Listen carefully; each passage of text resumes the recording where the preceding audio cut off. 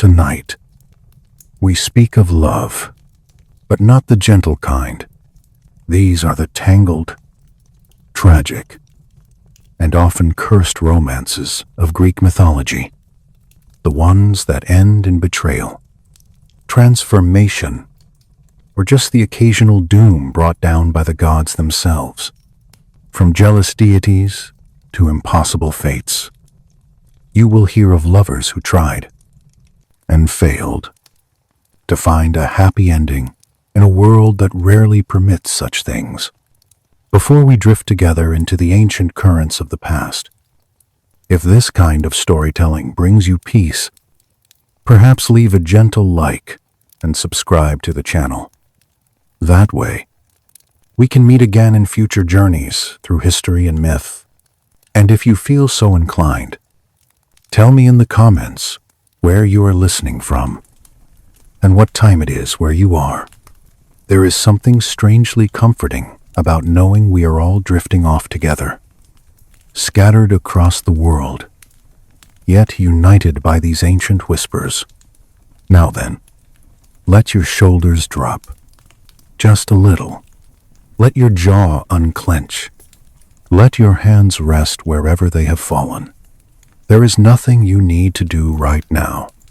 Nowhere you need to be. Just breathe, slowly, and let us begin. Imagine, if you will, a world before this one, not in the sense of time exactly, but in the sense of feeling. A world where the boundaries between the mortal and the divine were thin as morning mist, where gods walked among men, sometimes in disguise, sometimes in terrible glory, where every rustling leaf might be a nymph, every crash of thunder the voice of Zeus himself, every gentle breeze the passing of Hermes on some celestial errand. This was ancient Greece, not the Greece of textbooks and museum exhibits, but the Greece of lived experience, of farmers who poured wine onto the earth before drinking, hoping to please the gods below, of sailors who whispered prayers to Poseidon before every voyage, knowing that the sea could turn murderous in an instant, of mothers who lit candles to Hera, goddess of marriage and family, praying that their daughters would find good husbands and bear healthy children. Picture the landscape, the Mediterranean sun, golden and heavy, pouring down upon hillsides covered in olive trees, the silver-green leaves shimmering in the heat, casting dappled shadows on the dusty earth below, the buzz of cicadas filling the air with their endless, droning song, the smell of wild thyme and oregano rising from the rocky ground, mingling with the salt breeze drifting in from the distant sea.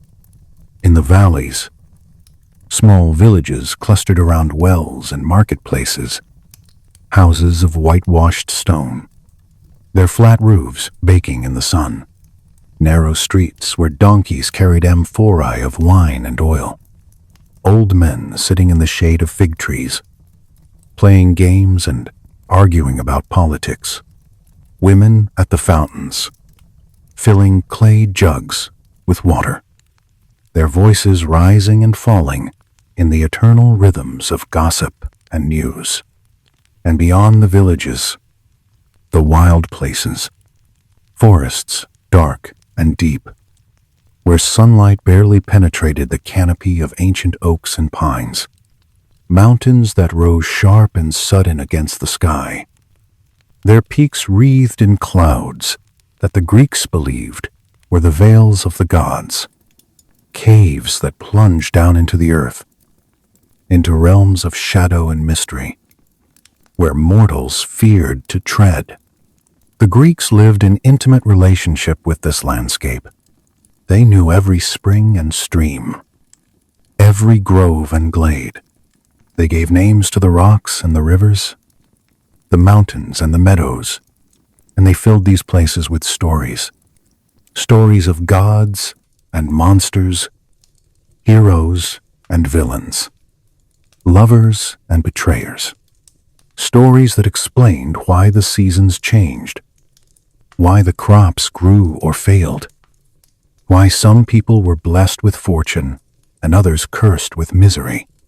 Above all, this mortal world, high on the peaks of Mount Olympus, dwelt the gods, not the distant, abstract deities of later religions, but gods who were terrifyingly present, gods who loved and hated, who schemed and fought, who could be generous beyond measure or cruel beyond comprehension. Gods who looked down upon the mortal world with eyes that missed nothing, and hearts that were moved by whim as much as by justice. Let us speak of them now. These immortal beings who shaped the fates of men and women for their own amusement. First among them was Zeus, king of the gods, lord of the sky, wielder of the thunderbolt. He sat upon a throne of gold and ivory at the highest peak of Olympus, surrounded by clouds and eagles. His beard was silver gray, his eyes the color of storm clouds. When he frowned, the heavens darkened. When he laughed, sunlight broke through the clouds. He was the father of many gods and many mortals. For Zeus was notorious for his wandering affections. He loved beautiful women, both divine and human, and he pursued them in 1,000 forms, as a bull, as a swan, as a shower of golden rain. His conquests were legion, and so were his children, scattered across the world like seeds on the wind.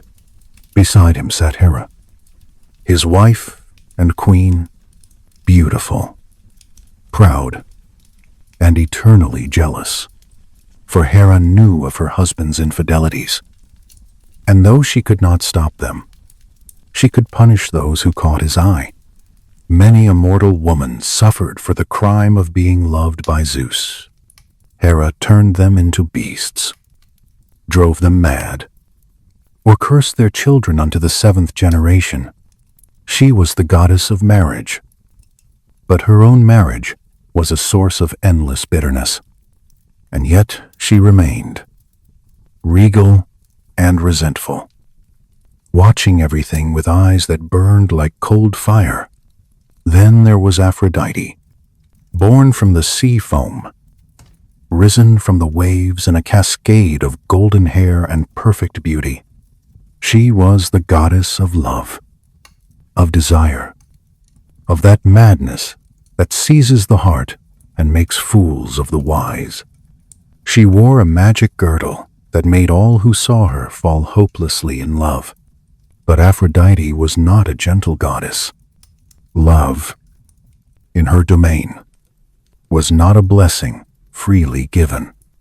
It was a weapon to be wielded, a trap to be set, a fire that could warm or consume. She delighted in matchmaking, but her matches were not always kind. She paired the beautiful with the cruel, the faithful with the faithless. She made men love women who would destroy them, and women love men who would abandon them. For Aphrodite, love was a game, and mortals were merely pieces on her board. Apollo, god of light and music, of poetry and prophecy, the most beautiful of the male gods, golden-haired and eternally young, he drove his chariot across the sky each day, bringing sunlight to the world. His arrows could bring plague or healing. His lyre produced music that made even the other gods weep with its beauty. But Apollo was proud, terribly proud. He could not bear to be challenged or refused. Those who competed with him in music were flayed alive. Those who rejected his love were transformed into trees or flowers, forever rooted to the earth, forever silent. And there was Hades, the forgotten brother, the unseen king, while Zeus ruled the sky and Poseidon ruled the sea. Hades had drawn the short lot and received the underworld, the realm of the dead. He sat in his palace of black stone, surrounded by silence and shadow, ruling over the countless shades of those who had once lived. He was not evil, not as mortals understand evil. He did not revel in death or suffering. He simply performed his duty, receiving each soul as it arrived, weighing it, judging it, assigning it to its eternal fate. But he was lonely. The living feared to speak his name. The other gods rarely visited, and so he sat, patient and still, watching the river of souls flow past, waiting for the day when the world itself would end. These were the gods who watched over the mortal world, and beneath their gaze, mortals lived and loved and died, never knowing when divine attention might fall upon them. For in Greek mythology, to be noticed by a god was rarely a blessing. The gods were capricious, easily offended, quick to anger and slow to forgive. A careless word, an unpaid sacrifice, a moment of pride or beauty that caught a divine eye, any of these could bring disaster. The gods played with mortal lives the way children play with toys, picking them up, amusing themselves for a moment, then casting them aside, broken. And nowhere was this more true than in matters of love. Love, in the Greek imagination, was not the sweet sentiment of modern romance. It was a force of nature, as dangerous as lightning, as unpredictable as the sea. When the Greeks spoke of love, they used the word eros, from which we derive erotic. But eros was more than physical desire. It was a kind of divine madness, a possession of the soul. To fall in love was to lose oneself, to be seized by a power beyond understanding or control. And like all divine forces, love could bless or destroy, often both at once. The stories we will explore tonight are stories of such love. Love that crossed boundaries it should not have crossed. Love that defied the will of gods and the laws of nature. Love that burned so bright it consumed everything it touched. These are not fairy tales with happy endings. They are tragedies, in the old Greek sense of the word. Stories of great passions and greater falls. Stories of mortals who loved too much, too wrongly, or too well. So let your body settle deeper now. Feel the weight of the day beginning to lift from your shoulders. The concerns that pressed upon you this morning, the worries that followed you through the afternoon, let them grow distant now. They will still be there tomorrow. But tonight, you are safe. Tonight, you are here, in this quiet space between waking and dreaming, and I am here with you, ready to guide you through the ancient dark. Outside, perhaps, the modern world continues. Cars pass on distant streets. The glow of screens flickers in windows. The hum of electricity runs through walls. But none of that matters now. We are going back, far back, to a time when the only lights were fire and star, when the only sounds were wind and wave and human voice, when stories were told not through glowing rectangles but through living breath, one person speaking to another across the flickering shadows of a flame.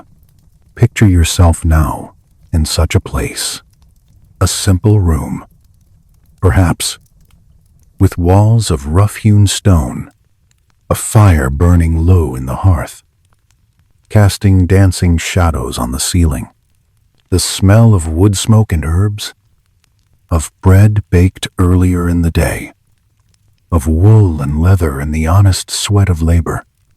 Outside the small window, stars wheel slowly across a sky unstained by artificial light. The moon, perhaps, rises over distant hills, casting silver light across the sleeping land. And someone is speaking, an old voice, weathered by years, but still strong, a voice that has told these stories 100 times, 1,000 times, passing them down through generations as they were passed down from generations before. This is how the myths were kept alive, not in books, not in tablets, but in memory and voice, each telling slightly different, each speaker adding their own color, their own emphasis, their own understanding. The stories evolved, branched, merged, but at their heart remained the same eternal truths about love and loss, hope and despair, the terrible beauty of being mortal in a world ruled by immortals. These stories were not told merely for entertainment. They were maps of the human heart. They showed what happened when mortals transgressed, when they loved unwisely, when they forgot their place in the cosmic order. They were warnings and consolations both. Warnings that the world was dangerous, that the gods were watching, that passion could lead to destruction, and consolations that suffering was universal, that even the greatest heroes had fallen, that to love and lose was simply part of being human. The particular stories we will explore tonight are among the most famous and most heartbreaking in all of Greek mythology. They span from the sunlit upper world to the shadowed depths of the underworld. They involve musicians and queens, princes and sorceresses, the most beautiful woman in the world, and the most devoted lover who ever lived. They show love in all its terrible faces. Love as salvation and damnation, as gift and curse, as the highest expression of the human soul and the surest path to its destruction. So breathe, now. Let your eyes rest. Not necessarily closed, but soft. Let your gaze drift. There is nothing you need to focus on.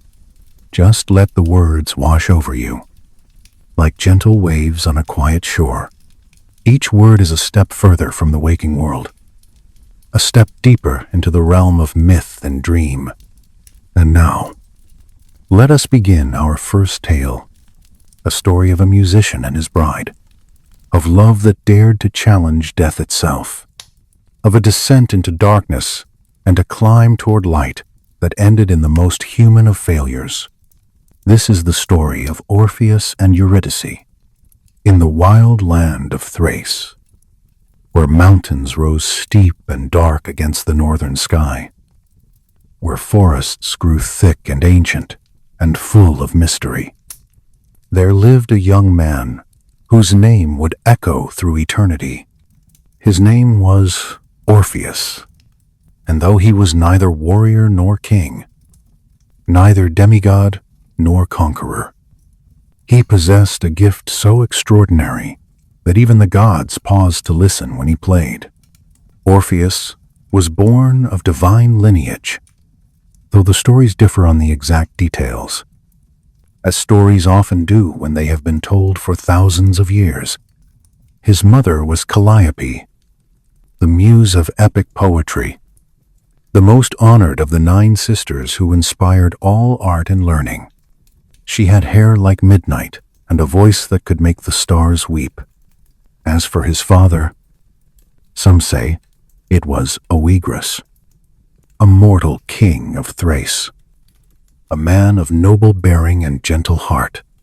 Others whisper that his true father was Apollo himself, god of music and light, who had loved Calliope one golden summer and left her with child. Perhaps it does not matter. What matters is the gift that Orpheus inherited, whether from mortal king or immortal god. That gift was music. But to call what Orpheus did merely music is like calling the ocean merely water, or the sun merely a light in the sky. When Orpheus played his lyre, the instrument that Apollo had given him, something miraculous occurred. The very fabric of reality seemed to soften, to become malleable, to bend toward the beauty of his sound. Picture him now, this young musician, sitting on a mossy stone in a forest glade. The afternoon sun filters through the canopy of oak and pine, casting pools of golden light on the fern-covered floor. A stream nearby murmurs over smooth stones, its voice a gentle counterpoint to the silence. Orpheus holds his lyre, a simple instrument of tortoise shell and gut strings. Worn smooth by years of playing, his fingers rest lightly on the strings, feeling the tension, the potential, the music waiting to be born. And then he begins to play. The first notes rise like mist from the forest floor, soft, tentative, testing the air, then stronger, clearer, weaving together into a melody that seems both ancient and newly born. The stream, they say, slowed its flow to listen. The birds in the branches fell silent, cocking their heads, their black eyes bright with wonder. A deer stepped from the shadows of the trees, its usual fear forgotten, drawn by a beauty it could not resist. A hare sat up on its haunches, ears swiveling. A family of foxes emerged from their den, the kits tumbling over one another in their eagerness to hear. Even the trees, the ancient oaks that had stood for centuries, seemed to lean closer. Their branches swayed, though there was no wind, their leaves rustling in a rhythm that matched the song. The very stones, cold and silent for millennia, seemed to soften, to crack, to weep with something that might have been tears. This was the power of Orpheus, not mere entertainment, but enchantment in its truest sense. His music could charm the wild beasts, soothe the savage breast, move the unmovable, touch the untouchable. It was said that when he sang of joy, flowers bloomed out of season. When he sang of sorrow, clouds gathered and rain fell from a clear sky. His voice could heal the sick and ease the dying. It could calm storms and quell riots. It could make enemies lay down their arms and weep in each other's embrace. But for all his gifts, Orpheus was not a happy man.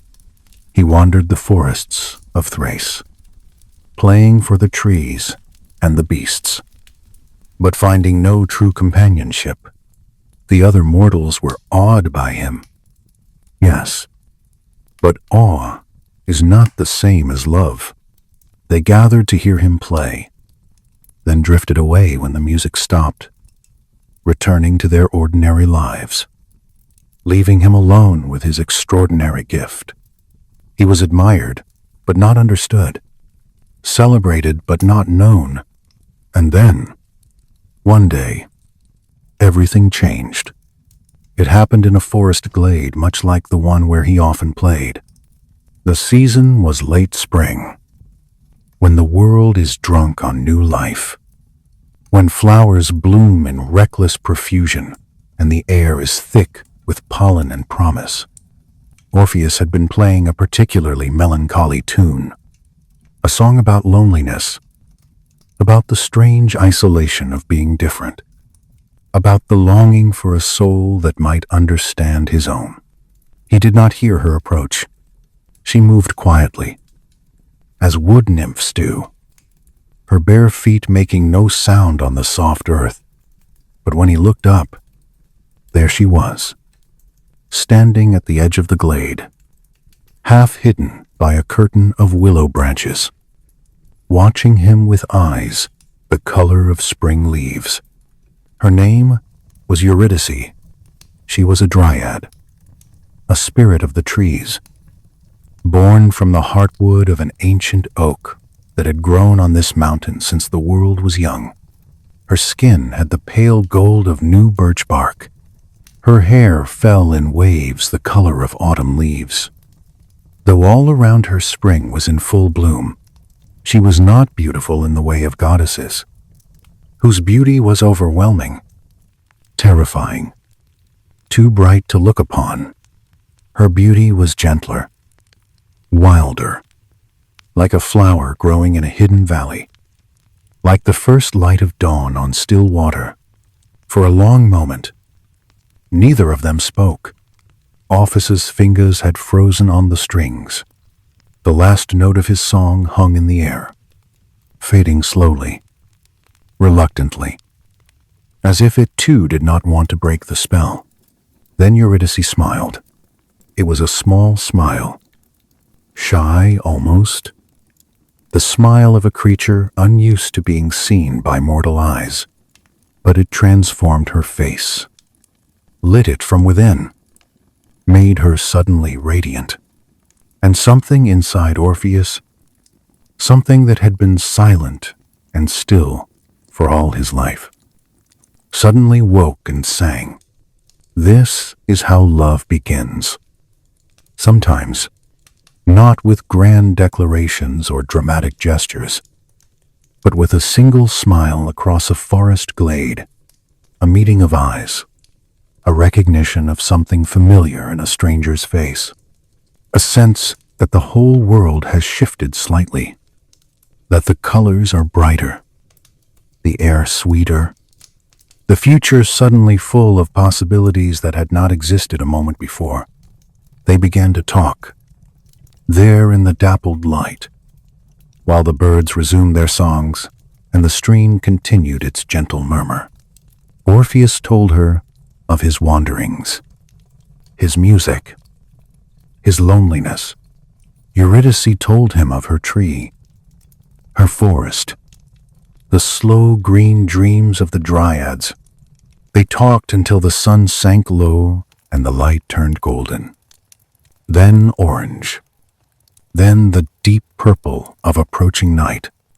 They talked as the first stars appeared, pricking through the darkening sky like the eyes of curious gods. And when they finally parted, both knew that something had begun that could not be stopped, something that would bind them together, for better or for worse, until death itself and perhaps beyond.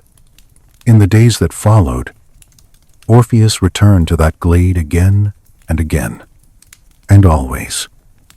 Eurydice was there, waiting for him beneath the willow branches, her smile growing less shy with each meeting. He played for her, songs he had never played for anyone, songs he did not know he had inside him until she appeared to draw them out. She danced for him, the slow swaying dance of the trees, her movements as graceful as wind through leaves. They learned each other, as lovers do. They learned each other's silences and sounds, moods and movements. They learned what made each other laugh and what made each other grow quiet with thought. They learned the small intimacies that build, day by day, into the great edifice of love. And in time, as everyone who heard the story knew would happen, they decided to marry. The wedding was held in a forest clearing, beneath the branches of Eurydice's ancient oak. The Muses came, led by Calliope, to bless their union with songs more beautiful than any mortal could compose. Nymphs and satyrs gathered to celebrate, bringing wine and wild honey, figs and flowers. Even some of the Olympian gods sent their blessings, for the marriage of such a gifted musician was an event worthy of divine attention. Hymen, the god of marriage, came to perform the ceremony, but those who were watching closely noticed something strange.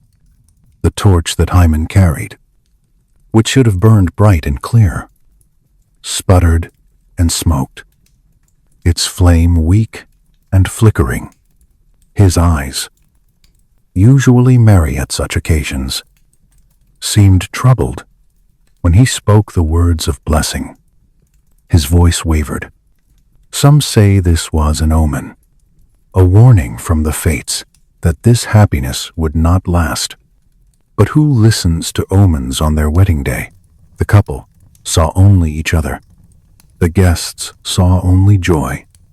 And when the ceremony ended and Orpheus took his bride in his arms, the cheers drowned out any whisper of foreboding. For a brief time, they were happy, perfectly, completely, impossibly happy. They lived in a small cottage at the edge of the forest, where the trees gave way to meadows of wild flowers. Each morning, Orpheus woke to find Eurydice beside him. Her hair spread across the pillow like a fall of autumn leaves. Each evening, he played for her as the sun set, painting the sky in shades of rose and gold. They walked together in the forest, hand in hand, speaking of nothing and everything. They made plans for the future, the small domestic plans of the newlywed, a garden they would plant, a child they might have, the songs he would write for her, an endless catalogue of love. But in Greek mythology, happiness is rarely allowed to flourish. The gods watch from above, and what pleases them is not peace, but drama. Not contentment, but conflict. A happy ending is not an ending at all. In the Greek understanding, it is merely a pause before the fall. The end came on a morning in late summer, when the flowers were past their peak and the first hints of autumn tinged the leaves. Eurydice had risen early, leaving Orpheus sleeping, and had gone to walk alone in the meadows. She wanted to gather flowers, perhaps, or simply to enjoy the quiet beauty of the dawn. She walked through the tall grass, trailing her fingers through the seed heads, watching the dew glitter like diamonds in the early light.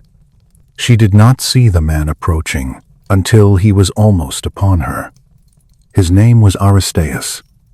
He was a minor god, a son of Apollo and a nymph, associated with beekeeping and cheese-making and other rustic arts.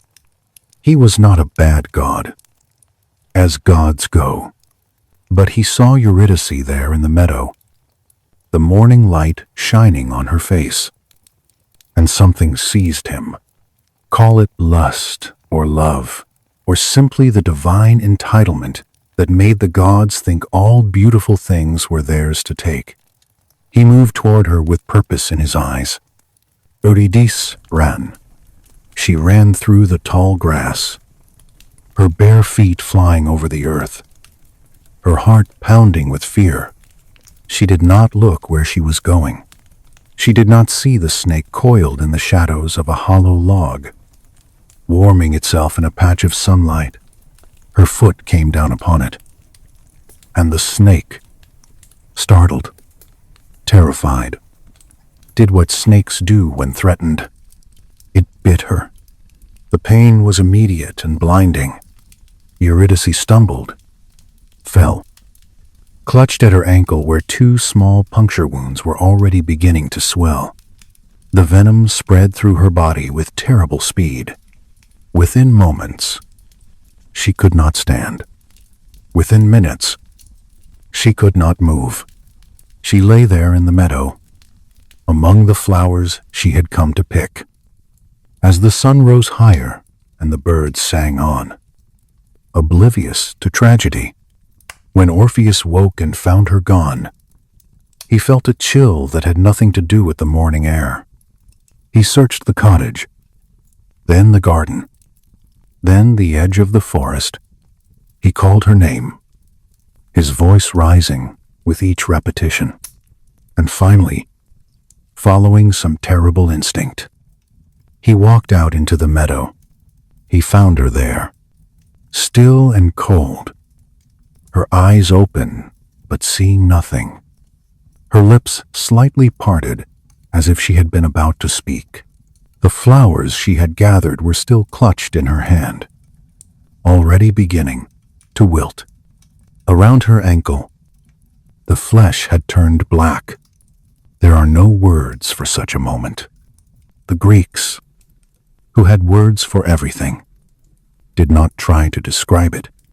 They simply said that Orpheus fell to his knees beside her body and stayed there, unmoving, for a long time.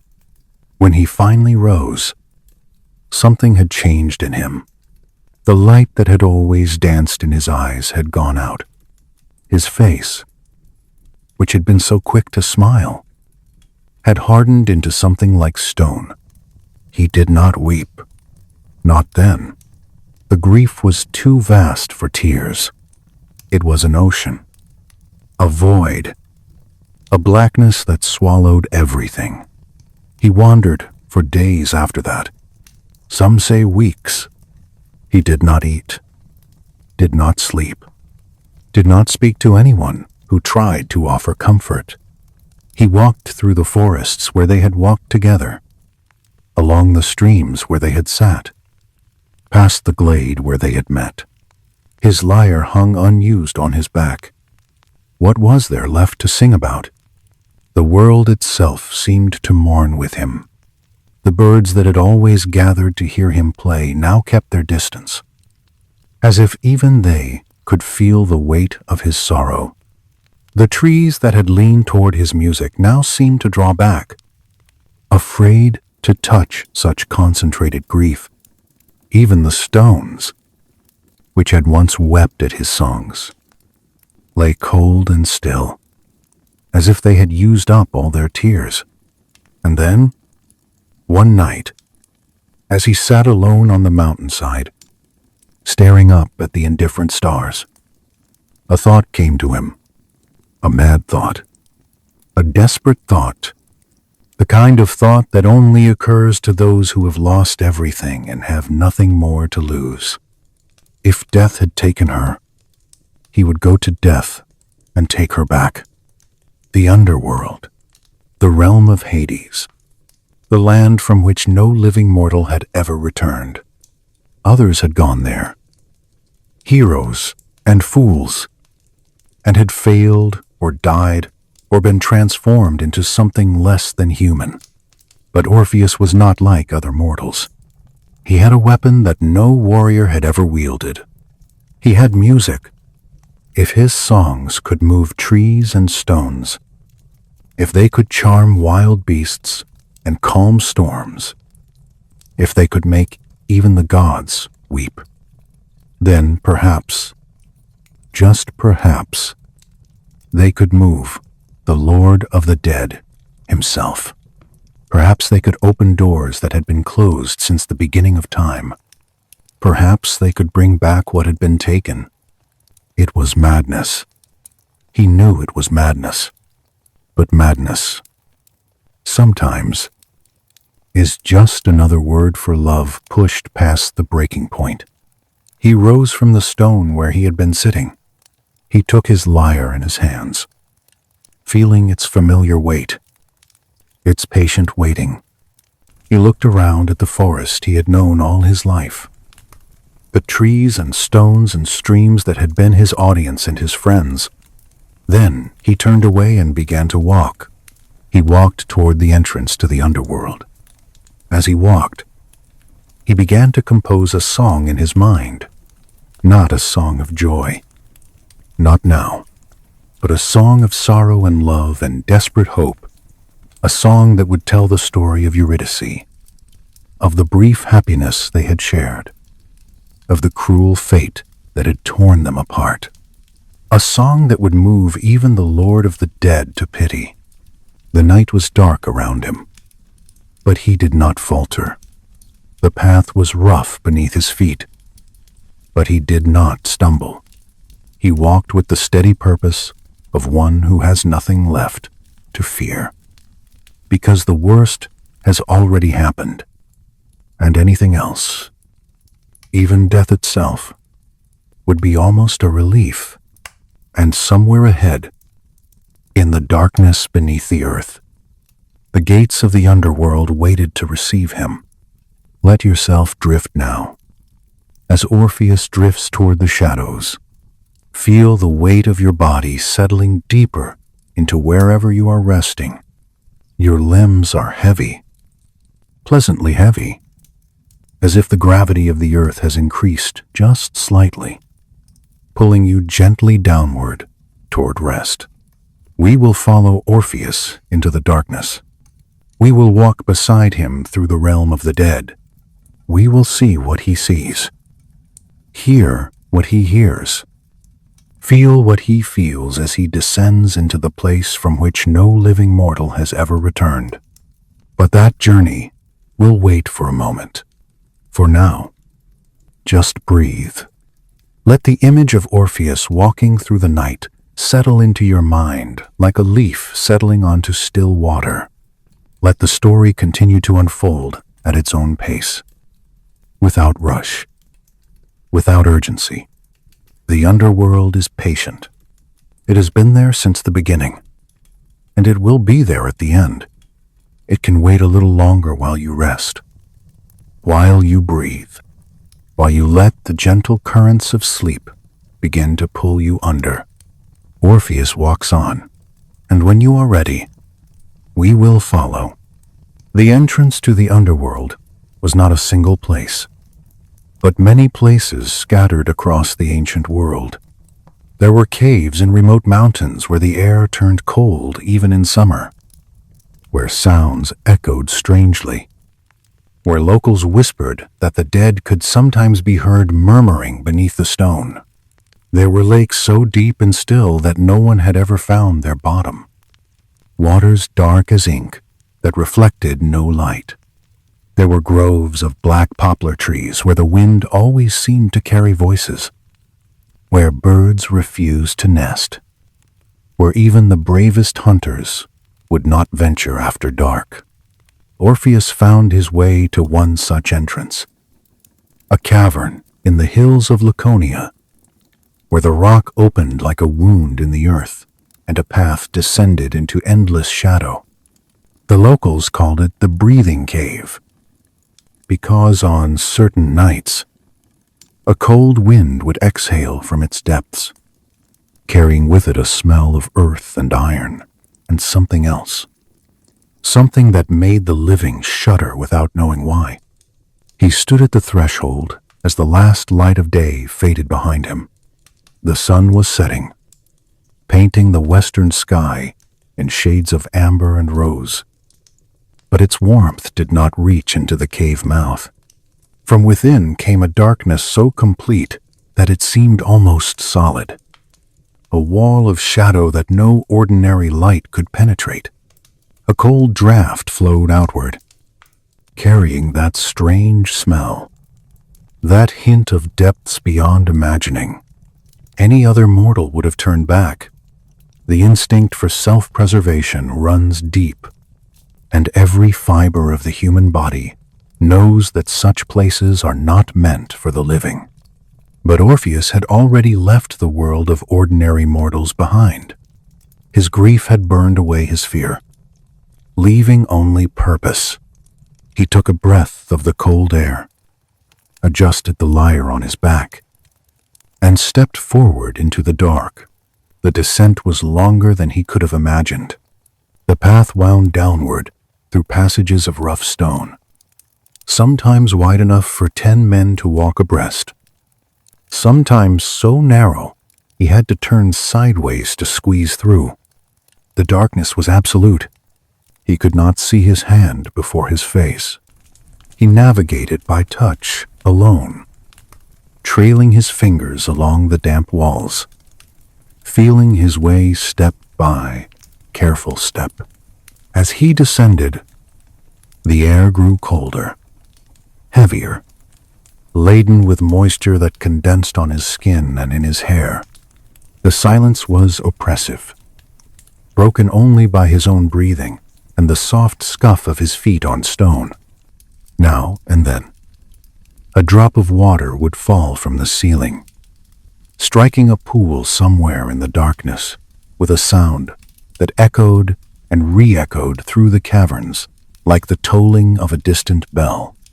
Time lost meaning in that place. He might have walked for hours or days. There was no way to know.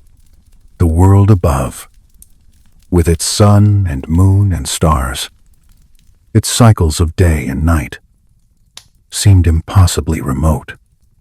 A dream he had once had and was now forgetting. There was only the path, the darkness, the cold, and the steady rhythm of his own footsteps carrying him ever downward. And then, gradually, he became aware that he was no longer alone. At first, it was just a feeling, a prickling at the back of his neck, a sense of being watched. Then he began to hear sounds that were not his own, soft sighs and whispers, just at the edge of hearing, the rustle of movement in the shadows, a faint moaning that might have been wind through stone or might have been something else entirely. The shades, the spirits of the dead, they gathered in the darkness around him, drawn by the presence of a living soul in their realm. He could not see them, but he could feel them, pressing close, curious and hungry. They had been alive once. These shadows, they had loved and hated, hoped and feared, laughed and wept. Now they were reduced to this, pale echoes of themselves, drifting through the eternal twilight of the underworld, remembering less and less with each passing age. Orpheus did not falter. He walked on through the gathering shades, and as he walked, he began to play.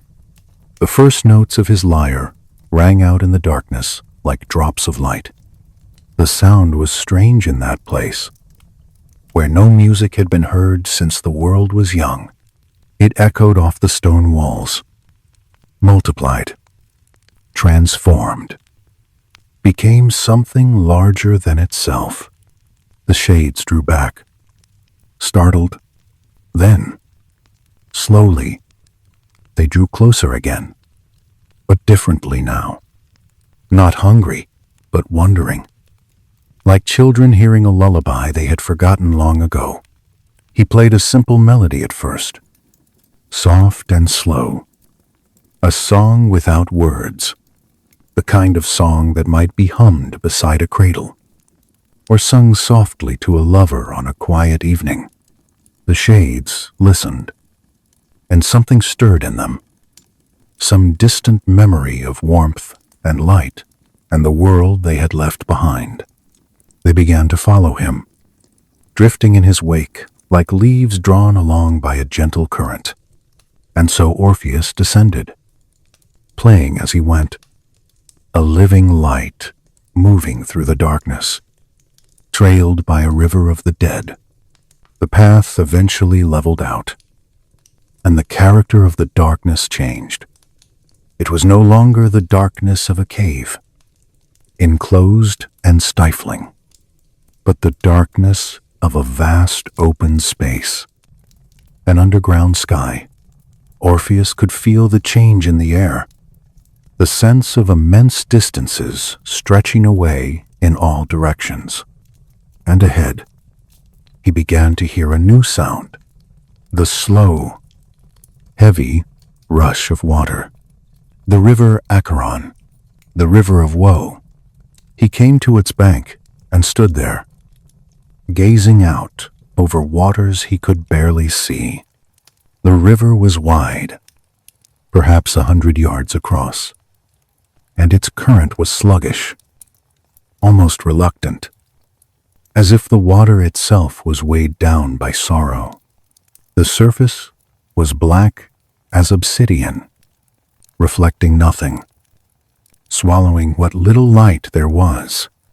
On the far shore, invisible in the darkness, lay the realm of Hades proper, and between here and there, somewhere on that black water, was the ferryman. Orpheus waited. He did not call out or shout. He simply stood at the water's edge and continued to play, his music drifting out across the river like a beacon. And presently, from the darkness, came the sound of oars. The boat emerged from the shadows slowly, almost reluctantly. It was a simple craft, a wooden skiff worn smooth by countless crossings, weathered by ages beyond counting, and standing at its stern, pole in hand, was Charon. The ferryman was old. That was the first thing Orpheus noticed. Old beyond human reckoning. Old as the river he crossed. Old as death itself. His face was a map of wrinkles, his eyes sunken deep in their sockets, his skin the color of parchment, left too long in the damp. He wore a dark robe, ragged and stained, and his hands on the pole were gnarled as the roots of ancient trees. Charon looked at Orpheus with those ancient eyes, and his expression was not welcoming. "The living do not cross," he said. His voice was like the creak of old wood, like the grinding of stone on stone. His voice was the voice of someone who has spoken the same words countless times across countless ages, until they have worn smooth as river stones. "You have no passage here." Orpheus did not argue. He did not plead or bargain or try to trick the ferryman.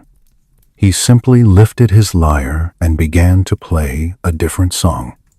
A song about rivers, about the endless journey of water from mountain to sea, about the patience of those who wait at the crossing places, performing their duty day after day, age after age, asking nothing in return, about the loneliness of being needed but never loved, respected but never understood.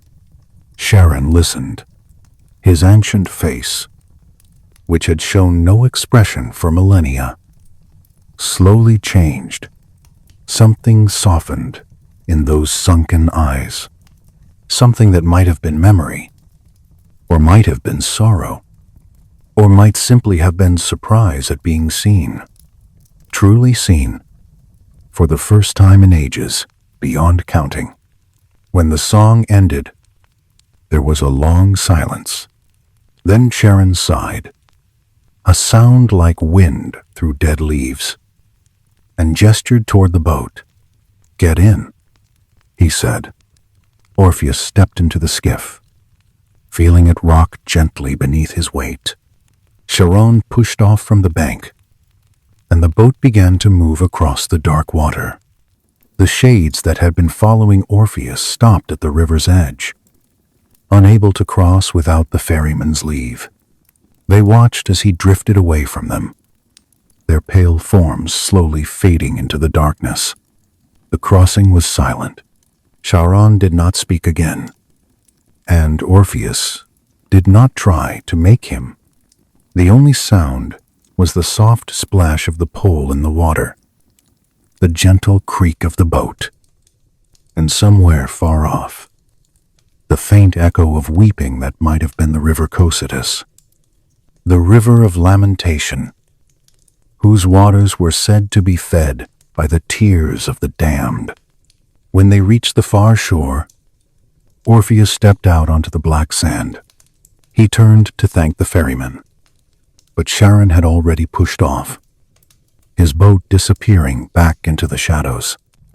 Returning to its endless vigil at the crossing place, Orpheus was alone again, but not for long. Ahead of him, rising out of the darkness, was a gate. It was made of black iron, massive and imposing, its bars thick as a man's arm, its hinges sunk deep into pillars of stone that seemed to grow from the earth itself. And before it, blocking the way, was a shape that made even Orpheus hesitate. Cerberus, the hound of Hades, the guardian of the gate. The beast was enormous, larger than any natural dog, larger than a horse, larger than anything Orpheus had ever seen. It had 3 heads, each one the size of a boulder, each one equipped with jaws that could crush bone like dry twigs. Its eyes, 6 of them, glowed with a faint red light, like embers in a dying fire. Its fur was black as midnight, matted and coarse, and along its spine ran a ridge of bristles like the quills of a porcupine. Its tail was not a tail at all, but a serpent, scaled and venomous, that coiled and hissed with a mind of its own. The 3 heads turned toward Orpheus as he approached, and 3 throats rumbled with a growl that shook the ground beneath his feet. This was the guardian that had stopped heroes and kings, that had turned back armies of the dead who sought to escape their fate. This was the final barrier between the world of the living and the realm of the dead. Orpheus stopped a few paces from the beast. He could smell it now, a smell of old blood and ancient fur and something else, something that might have been the smell of death itself. The 3 heads lowered, the 6 eyes fixed on him, the growl building in intensity. Any moment now, those massive jaws would open, those terrible teeth would close, and Orpheus would join the shades he had left behind on the far shore. But he did not run. He did not try to fight or flee or bargain. He simply sat down on the cold ground, cross-legged, as calmly as if he were sitting in his own garden. He took his lyre in his hands, and he began to play. This song was different from the others. It was not a song of sorrow or persuasion. It was a lullaby, the kind of song a mother might sing to a restless child, soft and slow and infinitely gentle. It spoke of sleep, of rest, of the peace that comes at the end of a long day. It spoke of warmth and safety, of the comfort of curling up in a familiar place and letting go of all vigilance, all worry, all fear. The growl in Cerberus's throat faltered. The 6 red eyes blinked. The 3 heads swayed slightly, as if suddenly heavy. The serpent tail, which had been coiled to strike, slowly relaxed, settling onto the ground. Orpheus kept playing. The melody wound through the darkness like a thread of silk, wrapping around the great beast, drawing it down, down, down into the depths of sleep. One head drooped, then another, then the third. The massive body slumped, the legs folding beneath it. A sound emerged from those 3 terrible throats, but it was not a growl anymore. It was something closer to a sigh, or perhaps a snore. Within moments, the guardian of the underworld was asleep. Orpheus rose quietly, careful not to make any sudden movement. He stepped past the slumbering beast, close enough to touch its coarse fur, close enough to feel the heat of its breath. One of the heads stirred slightly, and he froze. But then it settled again. Lost in whatever dreams such a creature might have, he passed through the iron gate, which stood open just wide enough for a man to slip through, and beyond it lay the realm of Hades, stretching away into the darkness like a landscape from a fever dream. Here, the underworld opened up into something that was almost familiar, almost like the world above, but twisted, muted, drained of color and warmth. There were fields here, vast gray plains, where gray grass swayed in a wind that had no source. There were trees, leafless and skeletal, their branches reaching toward a sky that had never known stars. There were rivers, sluggish and dark, winding through valleys of shadow, and everywhere, drifting through this gray landscape like leaves on an autumn wind, were the shades of the dead. They were countless, millions upon millions. The accumulated dead of all the ages since humanity first drew breath. They moved without purpose, their faces blank, their eyes empty.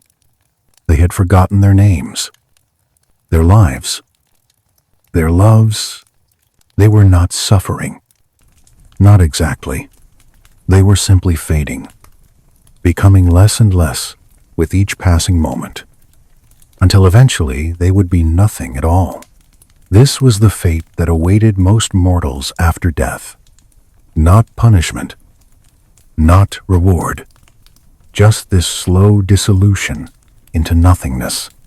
The Asphodel Meadows, where the ordinary dead wandered for eternity, waiting for an end that would never come. Orpheus walked through them, and they parted around him like mist, drawn by the warmth of his living body, the brightness of his living soul. Some reached out toward him as he passed, their translucent hands passing through his flesh like smoke. They were trying to remember something, perhaps trying to recall what it felt like to be alive, to be warm, to be real. But the memories were gone, and after a moment, they turned away, drifting back into the eternal gray. The path led on, through the meadows and past the rivers, toward a distant glow that was the only light in this lightless realm. The glow came from the palace of Hades, seat of the king and queen of the dead, where all judgments were made and all fates decided. That was where Orpheus had to go. That was where Eurydice would be. If she was anywhere. He walked on, his lyre in his hands, his heart heavy with grief and hope and the terrible uncertainty of what lay ahead.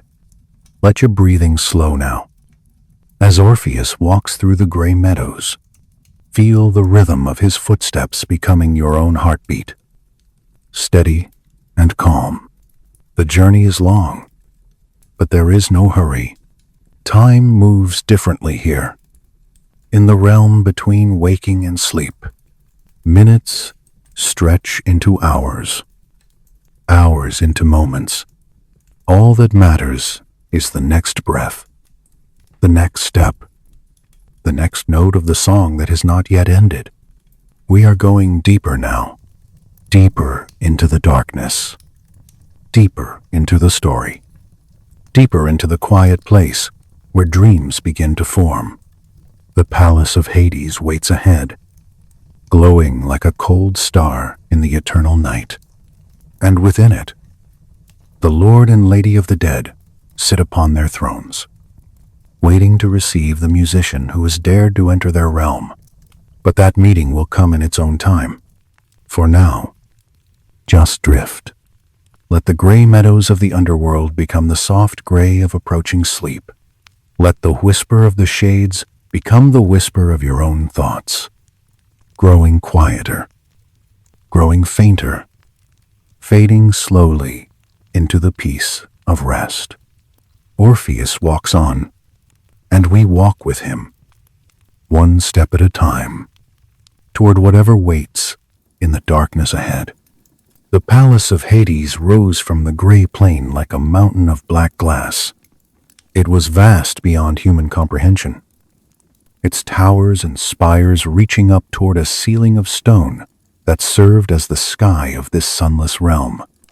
It was not built, they said, but grown, rising from the bedrock of the earth itself in the first days of creation. When the world was divided among the gods and Hades received his portion, the walls were made of obsidian, polished to a mirror shine that reflected nothing. No light could penetrate them. No sound could pass through. They were absolute, vinyl, as uncompromising as death itself. Along their length, at intervals, burned torches of pale green fire that cast no warmth, illuminating without truly lighting, creating shadows that moved with a life of their own. Orpheus approached the great gate of the palace, his footsteps echoing on the black stone courtyard. The gate was made of bronze so ancient it had turned the color of verdigris, carved with images that he did not want to look at too closely. Scenes of death and judgment, of souls being weighed and sorted, of the terrible machinery of the afterlife, grinding on for all eternity. Above the gate, carved in letters of silver that seemed to glow with their own cold light, were words in a language older than Greek, older than any human tongue. He could not read them, but he understood their meaning nonetheless. All who enter here have left hope behind. But Orpheus had not left hope behind. Hope was all he had left. Hope and his lyre, and the love that burned in his heart like a flame that would not be extinguished. He pushed open the gate, which swung inward on silent hinges, and stepped into the palace of the dead. The interior was a maze of corridors and chambers, each one larger and darker than the last. The floors were polished marble, black veined with white, cold as ice beneath his feet. The ceiling soared overhead, lost in shadows, supported by columns carved in the shapes of weeping figures, their faces twisted in eternal grief. Along the walls hung tapestries that depicted the history of death, from the first mortal who drew breath to the last who would ever live. They moved slightly as he passed, as if stirred by a wind he could not feel, and he had the uncomfortable sense that the figures in them were watching him. He passed through chamber after chamber, guided by instinct, or perhaps by something else, some force that wanted him to reach the throne room. The palace seemed to shift around him, corridors appearing where there had been walls, doors opening onto rooms that had not existed a moment before. It was a place of dreams and nightmares, where the rules of the waking world did not apply. And everywhere, there were shades. They lined the corridors like statues. They drifted through the chambers like smoke. They gathered in the shadows and watched with their empty eyes. These were not the aimless wanderers of the Asphodel meadows. These were the servants of Hades, the bureaucrats of death, the functionaries who kept the great machine of the underworld running. They had been given purpose, of a sort, but it had not made them any less dead. Finally, after what felt like hours or perhaps only moments, Orpheus came to the throne room. It was the largest space he had ever seen, larger than any temple or palace in the world above.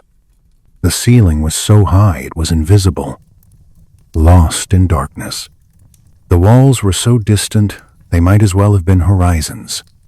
The floor was a single slab of black marble, polished to such perfection that it seemed like a pool of still water, reflecting the green torchlight in ripples and whirls. And at the far end of this vast space, on a dais of black stone, sat the thrones. There were two of them, side by side. The first was carved from a single piece of onyx, massive and angular, unadorned except for a pattern of skulls and bones worked into its surface. Upon this throne sat Hades.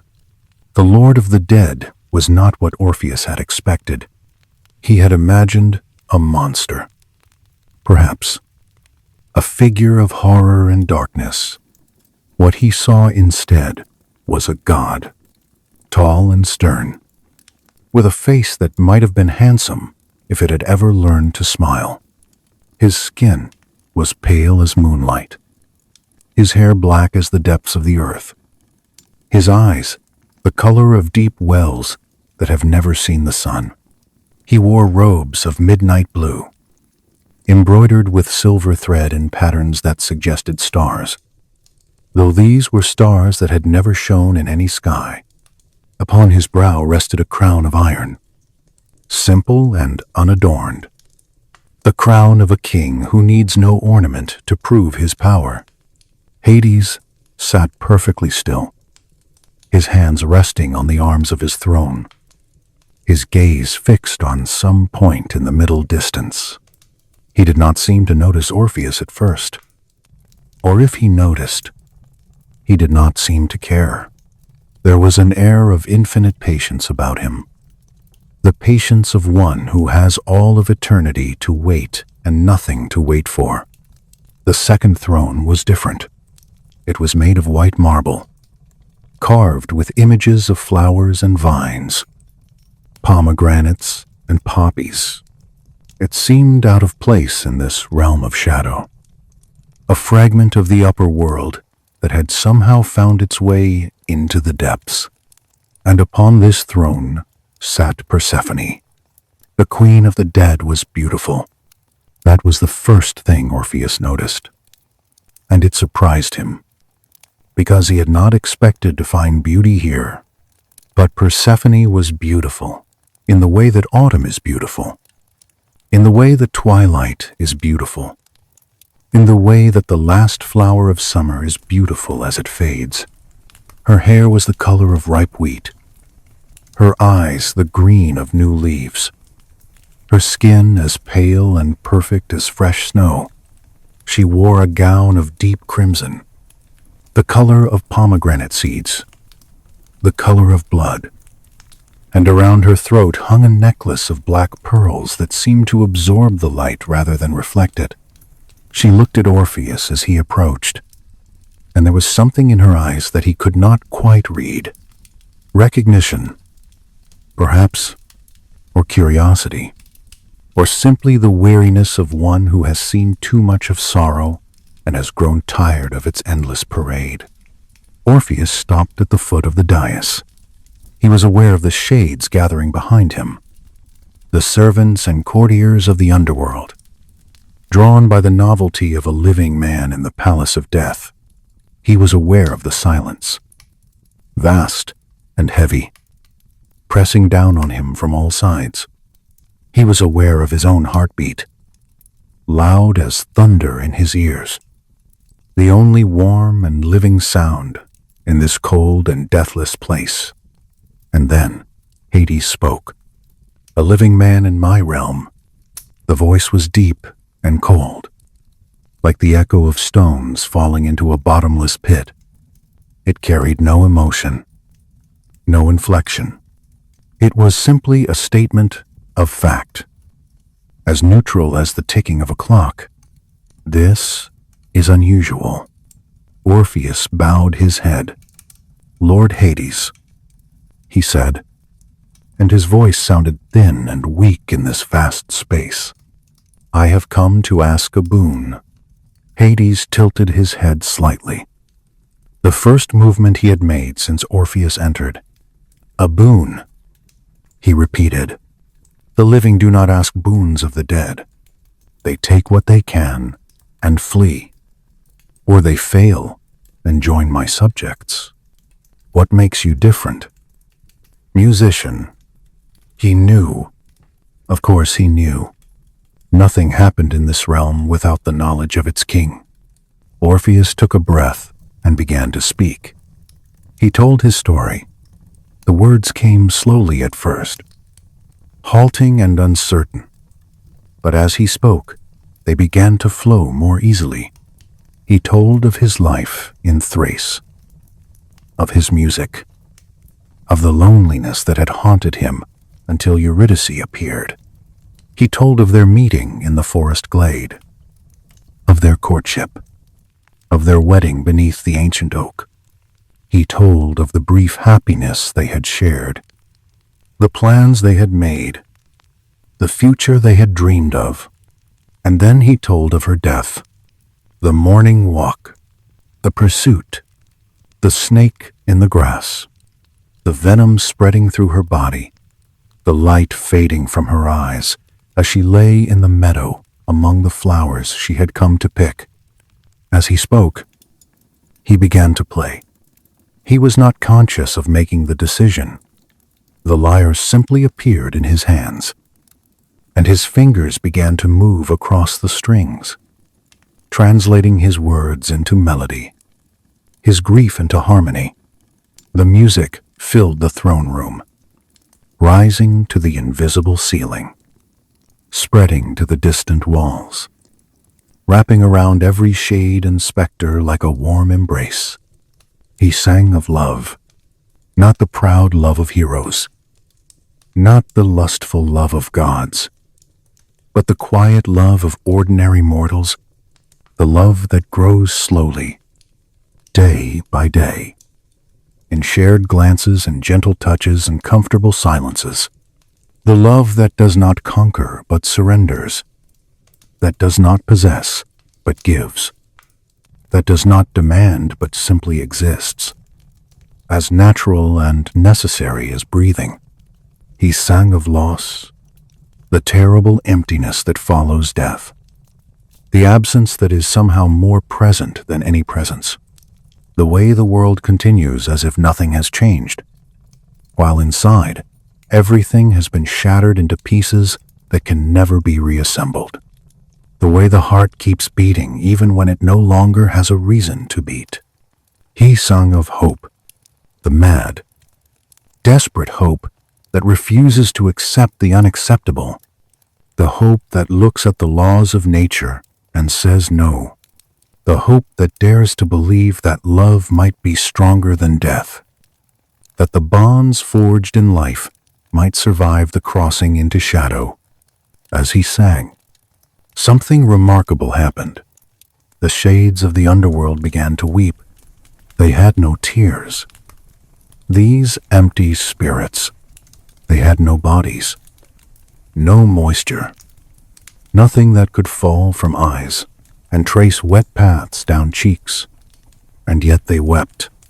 Something deep within them, some last ember of the humanity they had once possessed, stirred and remembered what it felt like to love, remembered what it felt like to lose, remembered what it felt like to be alive. Even the Erinyes wept, the Furies, those ancient goddesses of vengeance, who had hounded the guilty across the earth since the first murder was committed.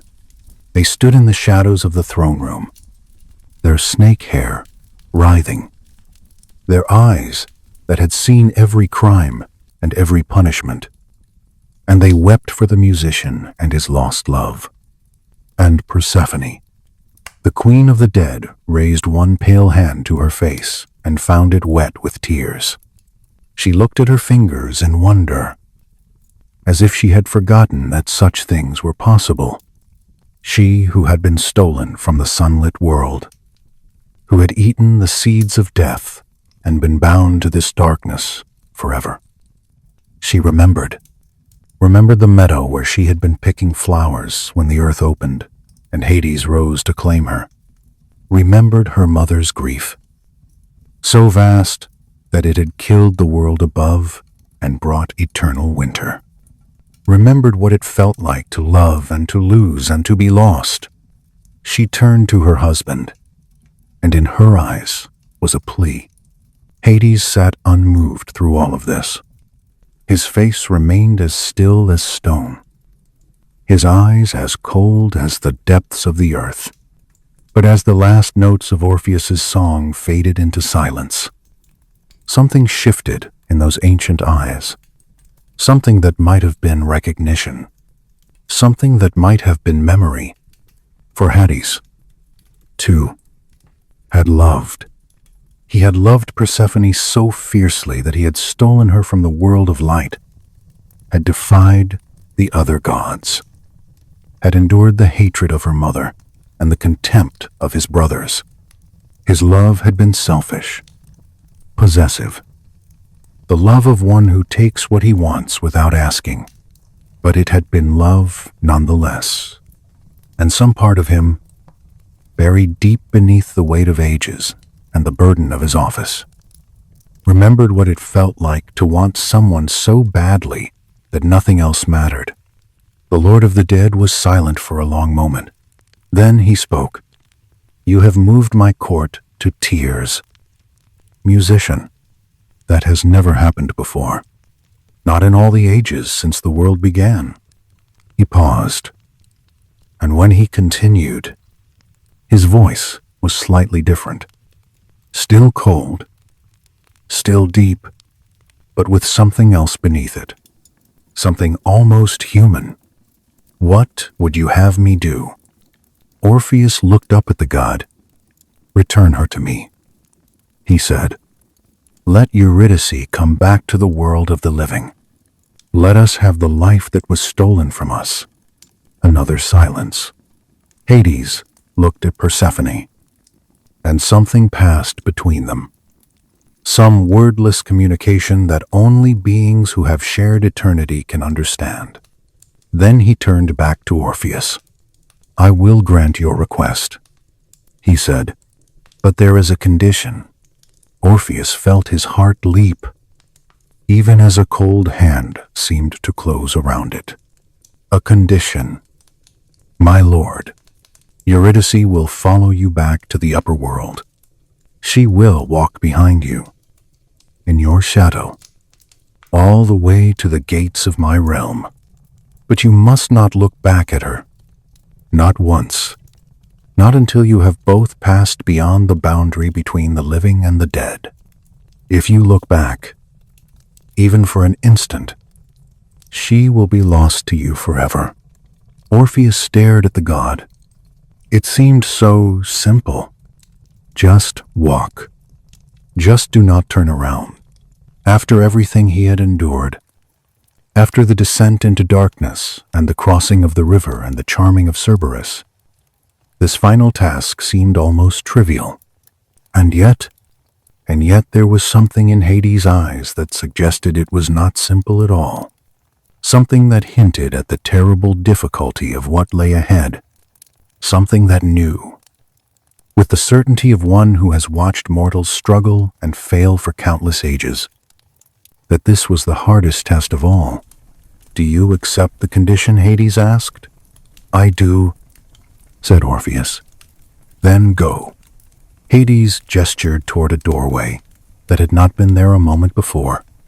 It glowed with a faint light, the first true light Orpheus had seen since entering the underworld. "Follow that path. Do not stray. Do not stop. And do not look back." Orpheus bowed low to the king and queen of the dead. He turned and walked toward the doorway. As he passed through it, he heard, or thought he heard, the faintest whisper behind him. A voice he knew, a voice he loved, a voice that said only one word: Orpheus. It took every ounce of his will not to turn. But he did not turn. He walked on, into the light, and the door closed behind him. The journey back had begun. Let yourself sink deeper now into the softness beneath you. The story continues. But you do not need to follow every word. Let the images drift through your mind like clouds across a quiet sky.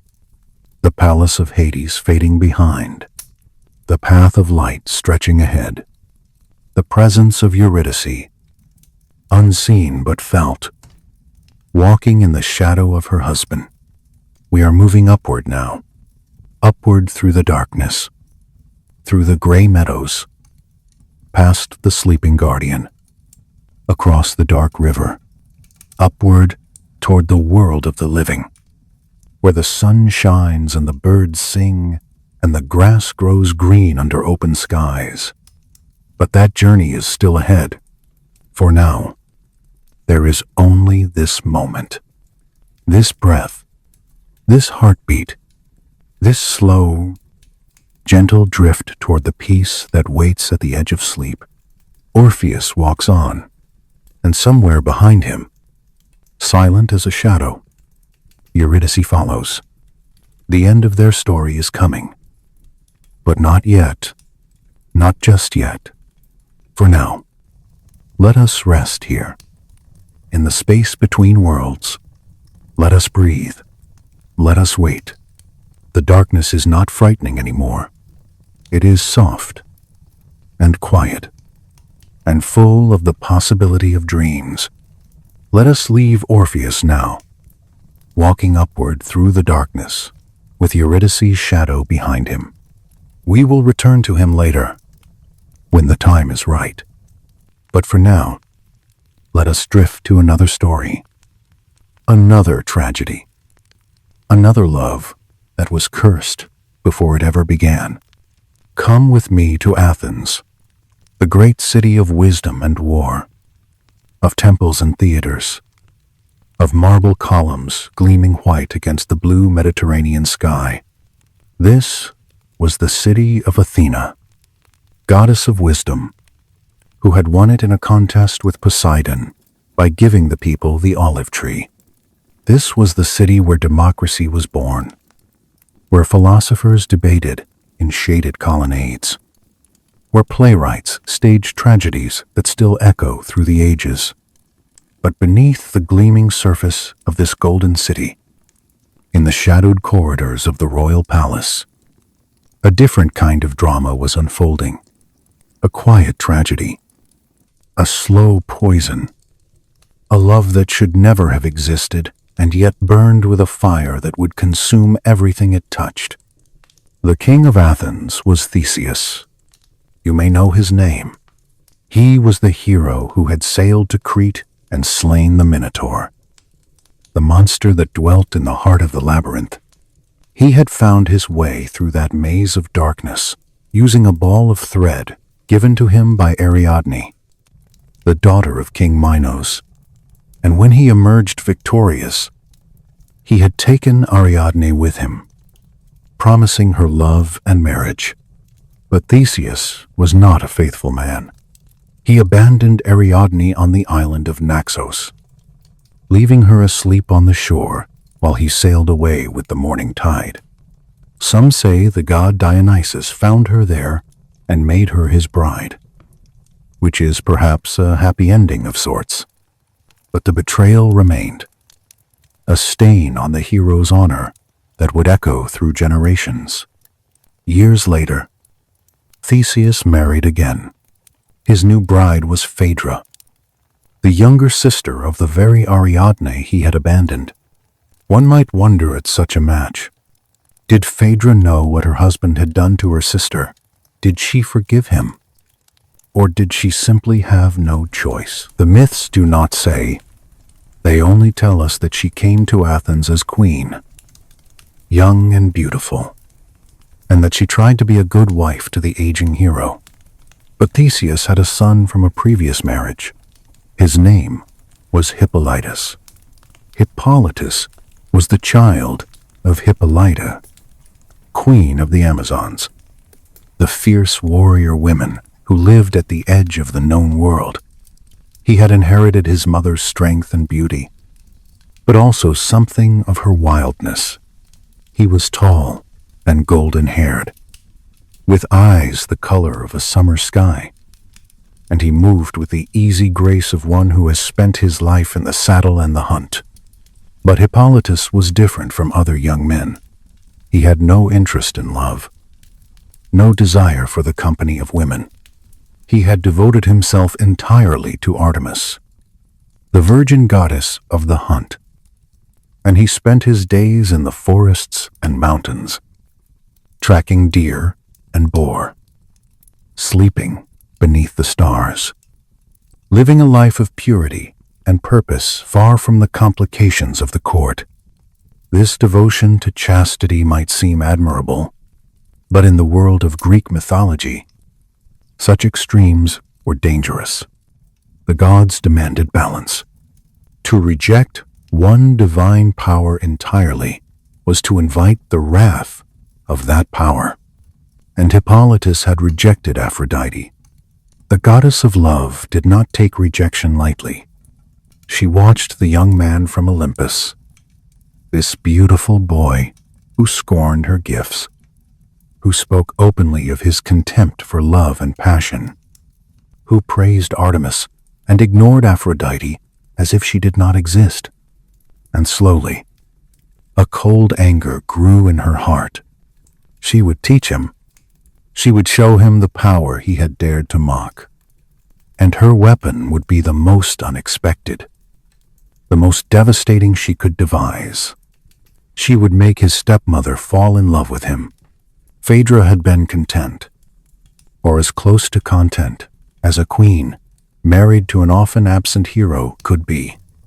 She managed the palace, oversaw the servants, performed the rituals required of her station. She did not love Theseus, not truly, but she respected him and was grateful for the security he provided. Her life was quiet, orderly, predictable. Then Aphrodite struck. It happened gradually, the way a fever builds. At first, Phaedra simply noticed Hippolytus more than she had before. She found her eyes following him when he crossed the courtyard. She listened for the sound of his horse returning from the hunt. She remembered small details about him. The way he smiled, the way he pushed his hair back from his forehead, the way he spoke to his dogs with more warmth than he showed to humans. Then the noticing became thinking. She thought about him when she woke in the morning. She thought about him as she went about her daily tasks. She thought about him as she lay beside her husband at night, staring at the ceiling, unable to sleep. Then the thinking became longing, a hollow ache in her chest that never went away, a hunger that no food could satisfy, a thirst that no wine could quench. She wanted him. She wanted him with a desperation that terrified her, that made her feel like a stranger in her own body. She fought it. She was not a weak woman, not a fool. She knew that what she felt was wrong, impossible, forbidden by every law of gods and men. He was her stepson. To act on these feelings would be to destroy herself, her family, everything she had built. So she withdrew. She stopped eating. She stopped leaving her chambers. She lay on her bed, day after day, wasting away, telling no one what consumed her. The servants whispered that the queen was ill. Physicians were called, but they could find nothing wrong. Priests performed rituals, but the gods did not answer. Phaedra wanted to die. She had decided that death was the only escape from this impossible desire. She would fade away quietly, and no one would ever know the shameful truth. But her old nurse would not let her go so easily. The nurse had raised Phaedra from infancy, had loved her like a daughter. She could not bear to watch her mistress die without understanding why. She begged and pleaded. She wept and threatened. Until finally, in a moment of weakness, Phaedra told her the truth. The nurse was horrified, but she was also practical. In the way that old servants often are, she thought she could fix this. She thought that perhaps, if Hippolytus knew of Phaedra's love, he might be moved to compassion. He might even return her feelings. And then somehow, some way, everything might work out. She was wrong. The nurse went to Hippolytus and told him everything. She spoke of his stepmother's devotion, her suffering, her willingness to die rather than dishonor him. She thought she was being helpful. Hippolytus listened in growing horror. When the nurse finished, he exploded in disgust and rage. He cursed all women, called them deceivers and destroyers, threatened to tell his father everything. He stormed away, leaving the nurse trembling in his wake. When Phaedra learned what the nurse had done, she knew her fate was sealed. Hippolytus would tell Theseus. Her shame would be exposed. She would be cast out. Or worse, everything she had feared was coming true. Not because she had acted on her feelings, but because she had confessed them. In her desperation, she made a terrible choice. She wrote a letter to Theseus. In it, she claimed that Hippolytus had tried to force himself on her, that she had rejected him, that she was writing this as her final testament. Then she hanged herself in her chambers. When Theseus returned home and found his wife dead, the letter clutched in her hand. He did not question it. He did not investigate. He did not give his son a chance to explain. He read the words of a dead woman and believed them absolutely. And then he did something that could not be undone. Theseus had been granted 3 wishes by his father Poseidon, god of the sea.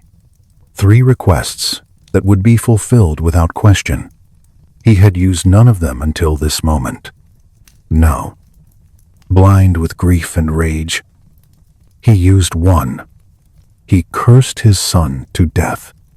Hippolytus, unaware of what had happened, was driving his chariot along the coastal road when Poseidon answered his brother's prayer. The sea began to churn. The waves rose higher and higher, and from the foam emerged a monster. A great bull with eyes of fire and a bellow that shook the earth. The horses panicked. They screamed and reared, tangling in their harnesses. The chariot overturned, and Hippolytus was thrown to the ground and dragged across the rocks, his body broken, his blood staining the sand red.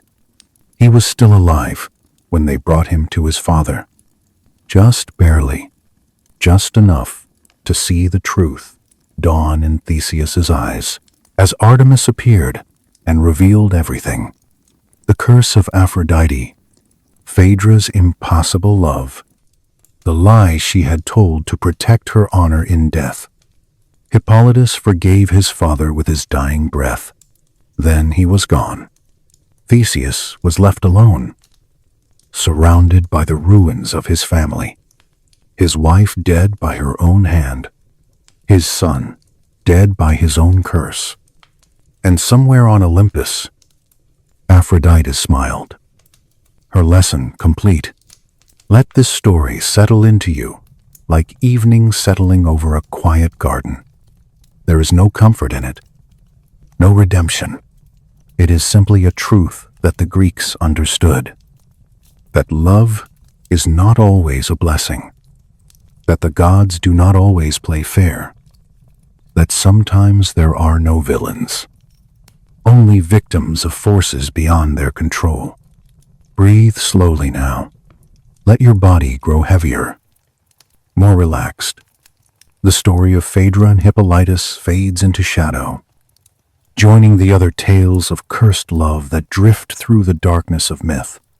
And another story waits to be told. Now we come to the most famous cursed love of all, a romance so catastrophic that it destroyed a civilization, killed countless thousands, and gave birth to the greatest war stories ever told. This is the tale of Paris and Helen, of a golden apple and a stolen queen, of the fall of Troy and the tears of widows beyond counting. It began, as so many disasters do, at a wedding. The wedding was between Peleus, a mortal king, and Thetis, a sea nymph of extraordinary beauty. It was a grand affair, attended by all the gods of Olympus, who descended from their mountain to celebrate the union of divine and mortal. There was feasting and music, dancing and laughter. The wine flowed like water, and the air was thick with the scent of flowers and ambrosia. But one goddess had not been invited: Eris, the goddess of discord, whose very presence brought strife and conflict wherever she went. Perhaps the hosts thought they were being prudent. Perhaps they hoped that if they simply ignored her, she would stay away. They were wrong.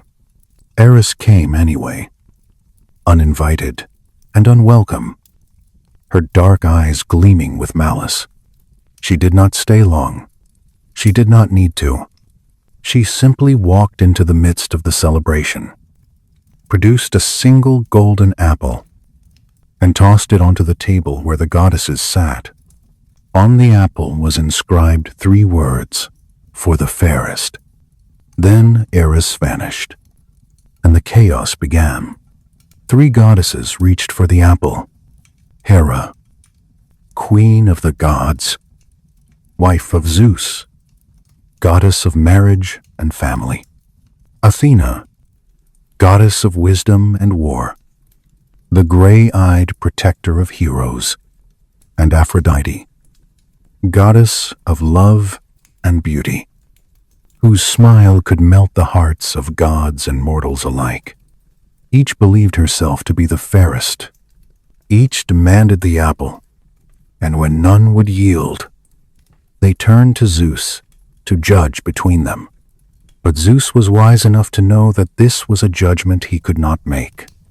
To choose one goddess would be to offend 2 others, and the wrath of even one Olympian was more than anyone should risk.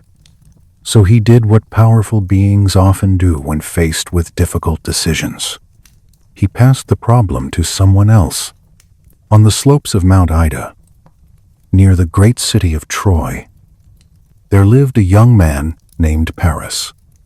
He was a prince, though he did not know it. When he was born, a prophecy had declared that he would one day cause the destruction of his city. His parents, King Priam and Queen Hecuba, had ordered him killed. But the servant tasked with the deed had taken pity on the infant and left him on the mountainside instead. A shepherd had found him and raised him as his own. Paris grew up tending flocks, unaware of his royal blood, knowing nothing of the doom that hung over his head. He was beautiful, they say, with dark curls and laughing eyes, the kind of beauty that made people stop and stare. And it was this beauty, perhaps, that drew the attention of the gods. One day, as Paris sat on the mountain watching his sheep graze, 3 goddesses appeared before him in all their glory. They told him that Zeus had chosen him to judge their contest. He was to decide which of them deserved the golden apple, which of them was truly the fairest. Paris was terrified, as any mortal would be, but the goddesses would not be refused, and so he listened as each made her case. Hera, spoke first. She promised him power and dominion, kingship over all of Europe and Asia. He would be the greatest ruler the world had ever known, with armies at his command and nations bowing before his throne. Athena spoke next. She promised him wisdom and skill in battle, victory in every conflict he undertook. He would be the greatest warrior who ever lived, his name spoken with reverence for all time. Then Aphrodite spoke. She leaned close to him, close enough that he could smell the roses in her hair, close enough that her breath was warm on his cheek. She promised him love. Specifically, she promised him the most beautiful woman in the world, a woman whose beauty was said to rival the goddesses themselves. Paris was young. Paris was vain. Paris was, as the Greeks might say, thinking with something other than his head. He chose Aphrodite. Hera and Athena withdrew in cold fury, their hatred settling over Troy like a curse. But Aphrodite smiled and told Paris where to find his prize. Her name was Helen. She was the daughter of Zeus himself, born from an egg after the god had seduced her mother Leda in the form of a swan. She had grown into a woman of such extraordinary beauty that every king in Greece had sought her hand. To prevent war among her suitors, her stepfather had made them all swear an oath, whoever won Helen. The others would defend him against anyone who tried to take her. The winner had been Menelaus, king of Sparta, a solid man, a good king, a capable warrior, not brilliant, not beautiful, but reliable. He and Helen had married, and for a time, they lived in peace. Then Paris came to Sparta. He came as a guest, as a prince of Troy visiting a fellow royal house. Menelaus welcomed him warmly, as the laws of hospitality required. He opened his home to the handsome stranger, shared his food and wine, introduced him to his court, and introduced him to his wife. What happened next is unclear. Some say Helen fell in love with Paris the moment their eyes met, struck by Aphrodite's power like an arrow through the heart. Some say Paris seduced her slowly, whispering sweet words and sweeter promises until she forgot her duty and her vows. Some say he simply took her, carrying her off while Menelaus was away, giving her no choice in the matter at all. What is certain is this: Paris returned to Troy with Helen at his side, and the world would never be the same. Menelaus was not a man to suffer such an insult quietly. He called upon the oath that all of Helen's former suitors had sworn. One by one, the kings of Greece answered. Agamemnon, king of Mycenae and brother of Menelaus, who would lead the expedition. Odysseus, king of Ithaca, the cleverest man alive, who had tried to avoid the war by pretending madness, but was forced to join nonetheless. Ajax, the giant warrior who feared nothing. Achilles, the greatest fighter who ever lived, whose rage would define the war and whose death would end it. 1,000 ships gathered in the harbor of Aulis, their sails black against the sky. 1,000 ships, carrying 100,000 men, all to retrieve one woman, or perhaps to punish one insult, or perhaps simply because the gods had decreed that Troy must fall. And this was how they had chosen to make it happen. The war lasted 10 years. 10 years of siege and battle, of heroes rising and falling, of blood soaking into the sand of the Trojan shore. Hector, prince of Troy and Paris's brother, fell to Achilles' spear. Achilles himself fell to an arrow guided by Apollo, shot by Paris of all people, striking his one vulnerable spot, the heel his mother had held when she dipped him in the river Styx.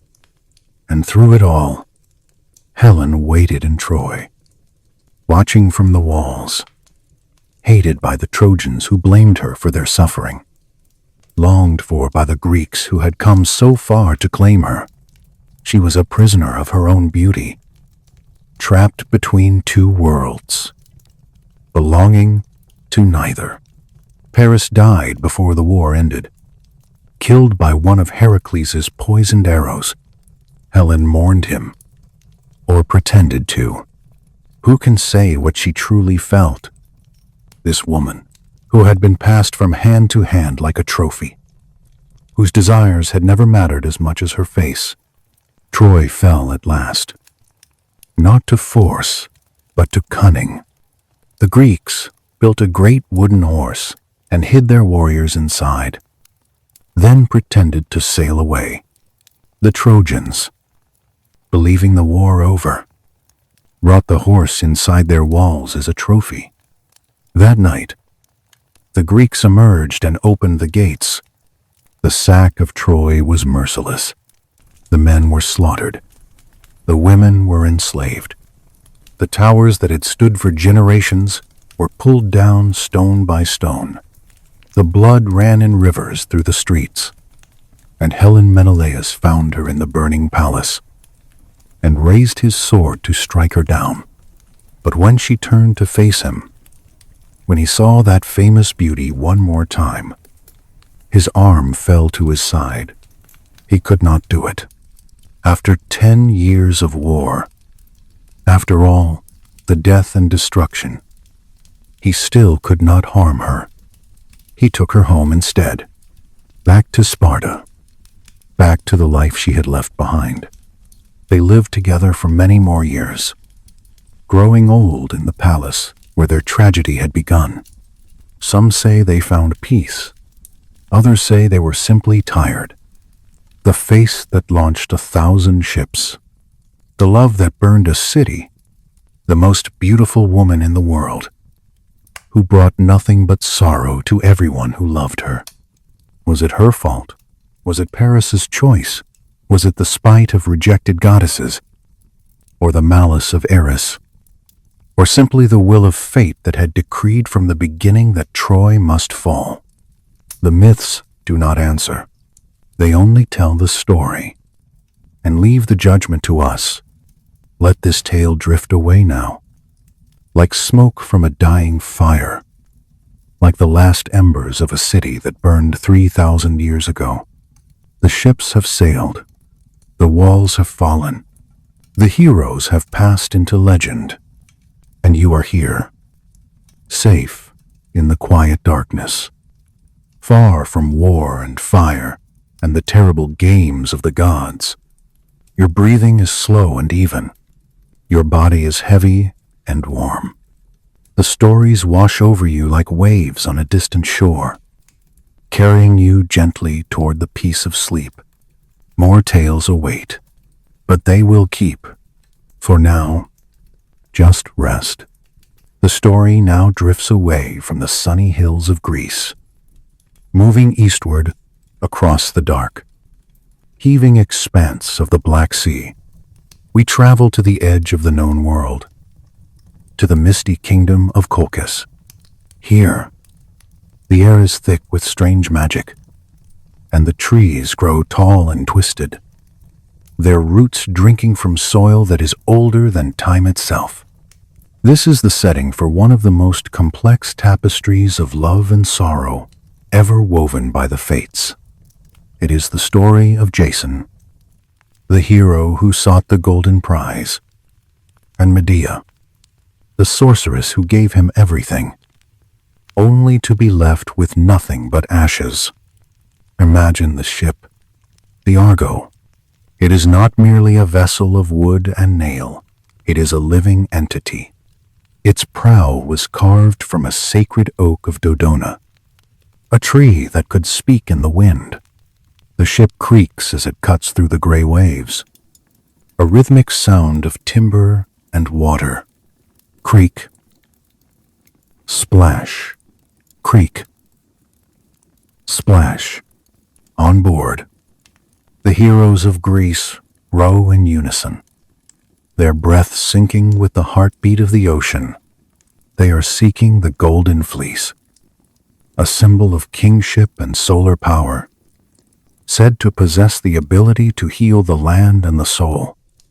They arrive in Colchis under a sky that is perpetually overcast, a ceiling of heavy gray clouds that mute the sunlight. The golden fleece hangs in a sacred grove dedicated to Ares, the god of war. But do not picture a place of violence. Picture a forest of absolute, heavy silence.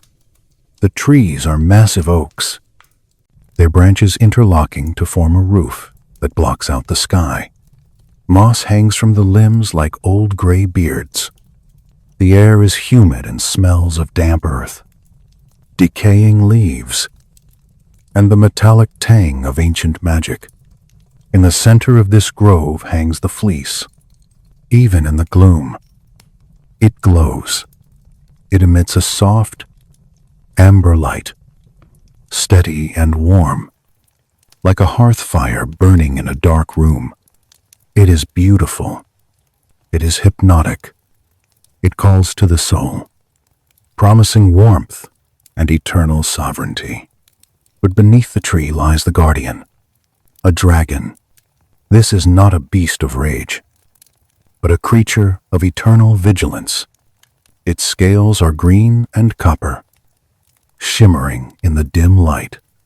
Its eyes are yellow, unblinking, like two gold coins staring into eternity.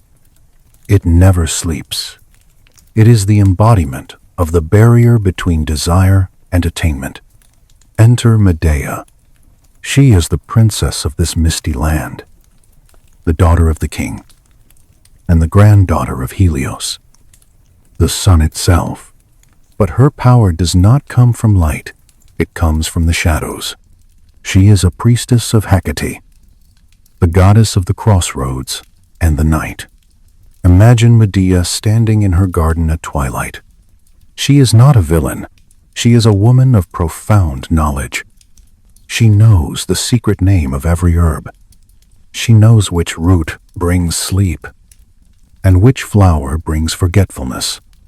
She walks among her plants, her linen robes brushing against the leaves. She touches the purple aconite. She touches the pale mandrake. She whispers to them. Her voice is low, a murmur that blends with the rustling of the wind. When she sees Jason, something shifts in the fabric of her world. It is said that Eros, the god of love, shot an arrow into her heart, but perhaps it was simply the recognition of a shared destiny. She sees in him a way out of her dark, enclosed world. She sees a horizon, and for that horizon, she is willing to unravel the threads of her own life. She decides to help him, not with a sword, but with a song. Picture the scene in the sacred grove at night. Jason stands ready with his sword, his muscles tense, his fear palpable in the cold air. The dragon raises its great head, its coils shifting with the sound of dry stones grinding together. It prepares to strike. But then, Medea steps forward. She holds a small jar of alabaster. Inside is a potion she has brewed from the juices of the Promethean flower, a plant that sprang from the blood of a titan. It is the distilled essence of sleep. She begins to sing. It is not a battle cry. It is a lullaby. Her voice is sweet, monotonous, and deep. It weaves through the heavy air of the grove like a ribbon of smoke. She sings of the ocean depths. She sings of the setting sun. She sings of the heavy eyelids of the world closing for the night. She sprinkles the potion into the air. The droplets catch the light of the golden fleece, turning into a glittering mist that settles over the dragon. The great beast falters. The yellow eyes blink. Once, twice, the heavy head begins to sway. Back and forth, following the rhythm of her song. The coils relax. The tension leaves the massive body. With a long, shuddering sigh that smells of ozone and sulfur, the dragon lowers its head to the mossy ground. The eyes close. The guardian sleeps. It is a victory of softness over hardness, a victory of the whisper over the roar. Jason takes the fleece. It is soft as a cloud, heavy with gold. They flee. They leave the dark grove behind. They board the Argo and sail away into the night. The years pass. The story moves to the city of Corinth. Here, the light is different. It is the bright, harsh light of the Greek mainland. The stones of the city are white limestone, bleaching in the sun. The sea is a brilliant turquoise. Jason and Medea live here as exiles. They have 2 sons. For a time, there is a semblance of peace, but the shadow of the past is long. Jason, the hero, begins to feel the weight of his fading glory. He is no longer the young adventurer. He is a middle-aged man with no kingdom, living on the charity of others. He looks at Medea, and he sees the reminder of his dependence on her dark magic. He wants to step into the light of legitimacy. He makes a choice that breaks the balance of Ma'at in their marriage. He decides to marry the princess of Corinth. Glaus, he tells Medea it is for the good of the family, to secure their status. But it is a betrayal of the deepest kind.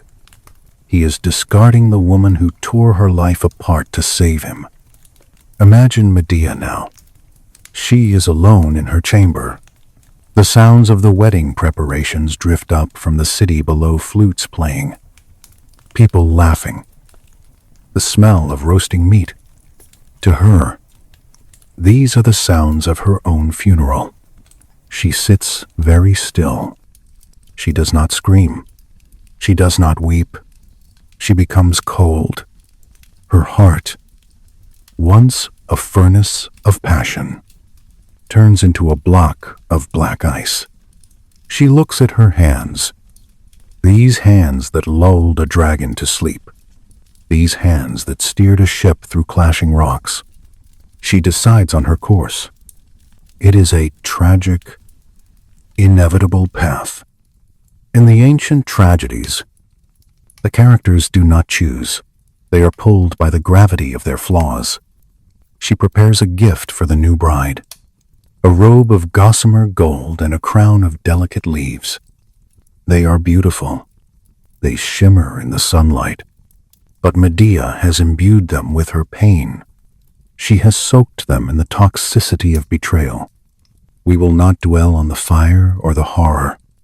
Let us view it from a distance, like a tragic play performed in an empty amphitheater. The robe is sent. The crown is worn. The princess fades away, consumed by the magic. The king, trying to save her, follows, and then, the final, heartbreaking act. Medea looks at her children. She loves them. They are the only pure thing in her life. But she knows that in this world, they will now be outcasts, hunted for the crimes of their mother. She makes a decision that tears the universe. She decides to take them with her, to a place where Jason cannot reach them, to a place of eternal sleep. She does not do it out of hate for them. but out of a twisted, desperate mercy. She puts them to sleep, a sleep from which they will not wake. It is a scene of profound silence, a mother saying goodbye to the last remnants of her humanity. Medea leaves Corinth. She does not walk, she ascends. A chariot drawn by dragons, perhaps the kin of the one she spared in Colchis, descends from the sky. She steps into it. She rises above the city, above the smoke, above the ruin of Jason's ambition.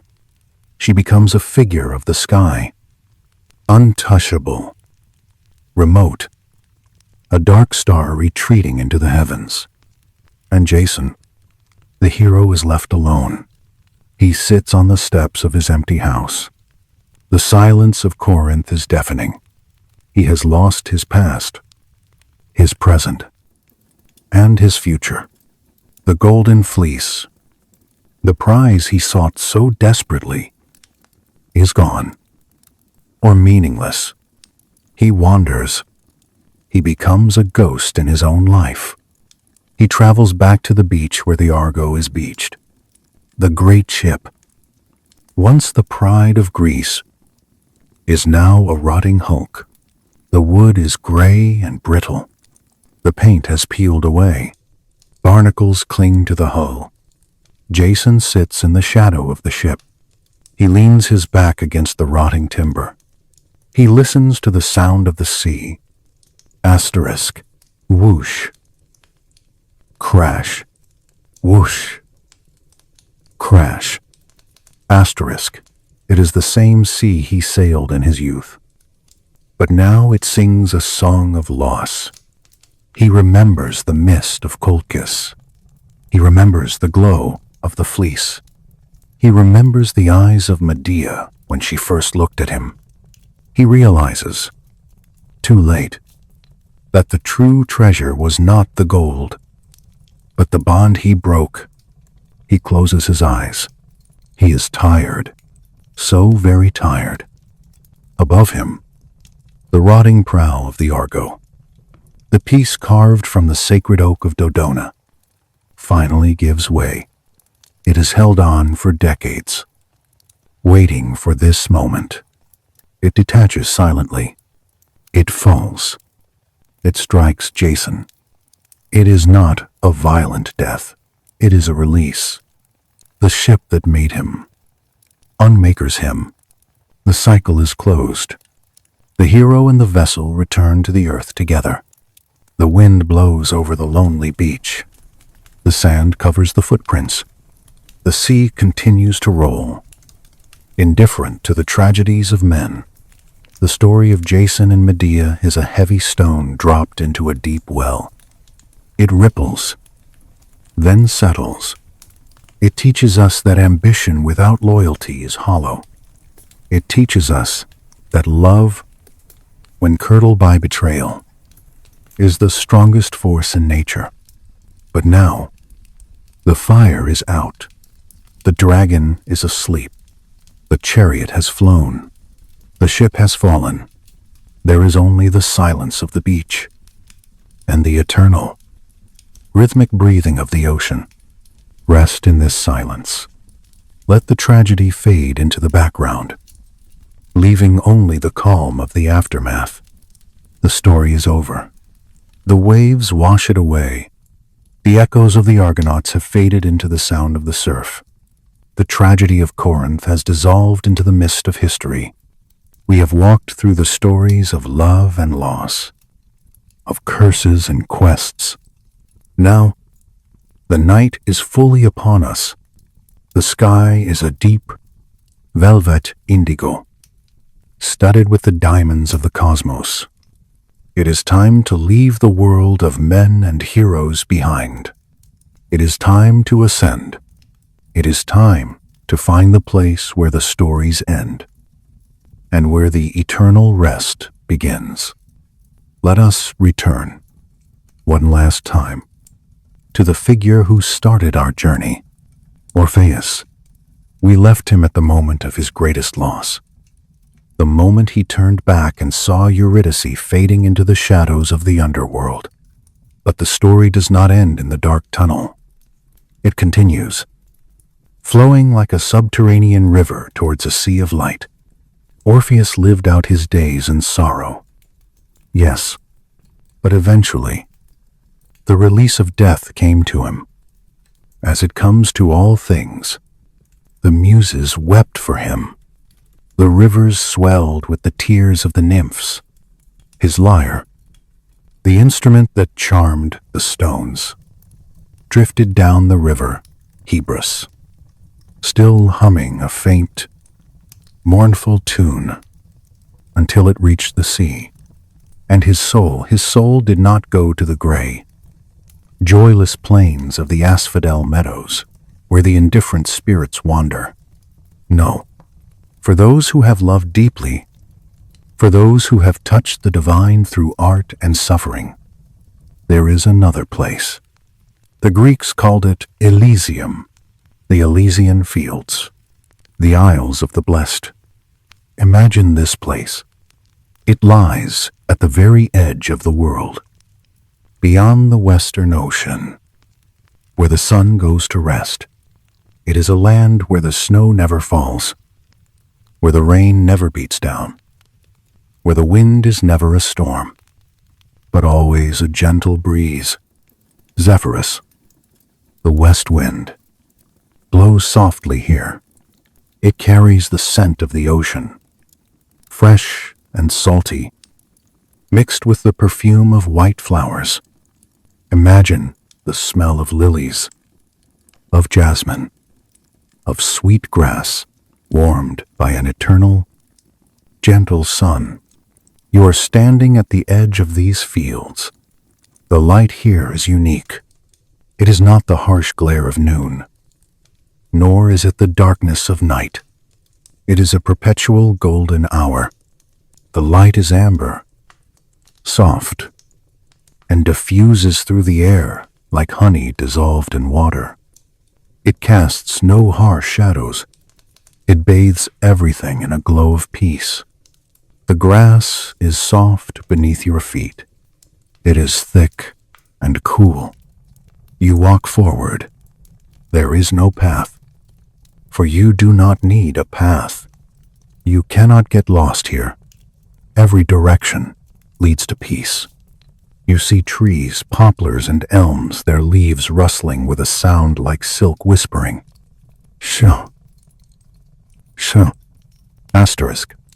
You see a river flowing through the meadows. It is the river Lethe, the river of forgetfulness. But here, in Elysium, it is not a river that steals your identity. It is a river that washes away pain. Kneel by the river.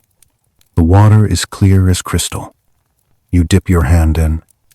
It is cool. You drink. As the water touches your lips, the memories of the hard journey fade. The memory of the snake bite fades. The memory of the long climb out of the cavern fades. The memory of the doubt, the turning back, the loss, it all dissolves. What remains is only the love, the pure, distilled essence of connection. You stand up, you feel lighter, you feel weightless, and then you see them. Walking towards you across the meadow are two figures. They are hand in hand.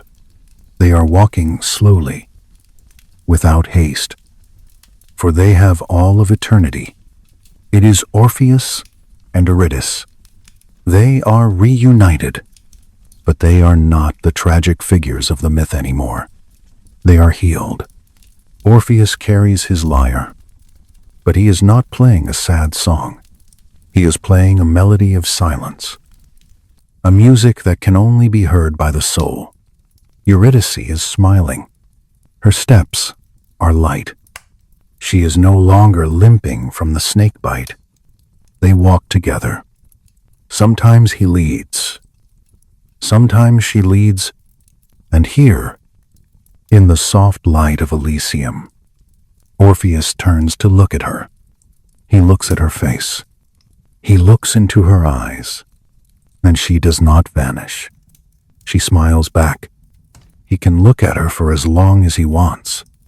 He can hold her gaze for 1,000 years. The curse is broken. The condition is lifted. They are safe. They are home. Watch them walk away into the golden distance. Fading into the light. Two souls merged into the landscape of peace. But the Greek myths have one final gift for us. They did not just bury their heroes in the earth. They placed them in the sky. They believed that the greatest stories were written in the stars, so that they could never be forgotten, so that they would watch over the sleep of the world. Look up now. In your mind's eye, lay back on the soft grass of Elysium and look up at the night sky. It is a vast, domed ceiling of indigo velvet. See the stars appearing. One by one, there is the constellation Lyra, the lyre of Orpheus. It shines brightly. A small, compact group of stars. It hangs overhead. Silent music pouring down from it. It reminds us that beauty and art are eternal, that they outlast death. Look to the south. There is the great ship, Argo Navis, asterisk. It sails forever across the celestial ocean of the Milky Way. It is no longer rotting on a beach. It is restored to glory. Its starry sails catching the cosmic wind. Jason is there, resting at the helm. His journey finally complete. His burden lifted. Look for the Gemini, the twins, Castor and Pollux.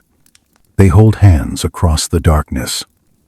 Inseparable, shining with the light of brotherly love that even death could not sever.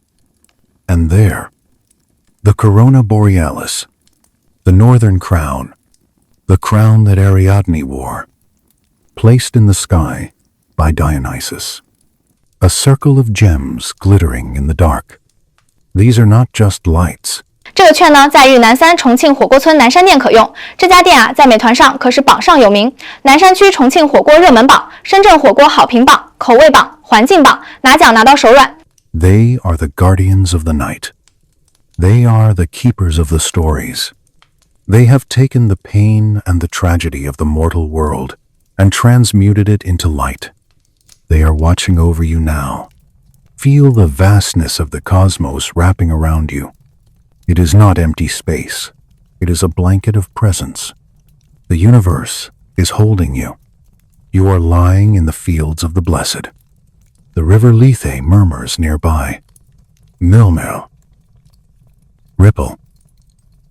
Whoosh. Asterisk. The breeze brushes your cheek. The stars shine above. Your body feels heavy, sinking into the earth. Supported, grounded. Your mind feels light, floating up towards the stars, expanding, drifting. There is nothing left to do. The quests are finished. The monsters are asleep. The heroes are at rest. The gods have retired to their high peaks. You are part of this stillness. You are a star in your own right. A small point of consciousness flickering gently before settling into the great, warm dark. Let go of the day. Let go of the story. Let go of the words. There is only the rhythm of your breath. In. Out. In.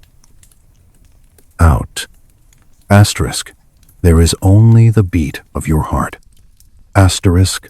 Thump. Thump. You are safe. You are loved. You are eternal. The stars are turning slowly. A great wheel of time that never stops. Rocking you to sleep. Drift away. Float on the river. Fly with the stars. Good night.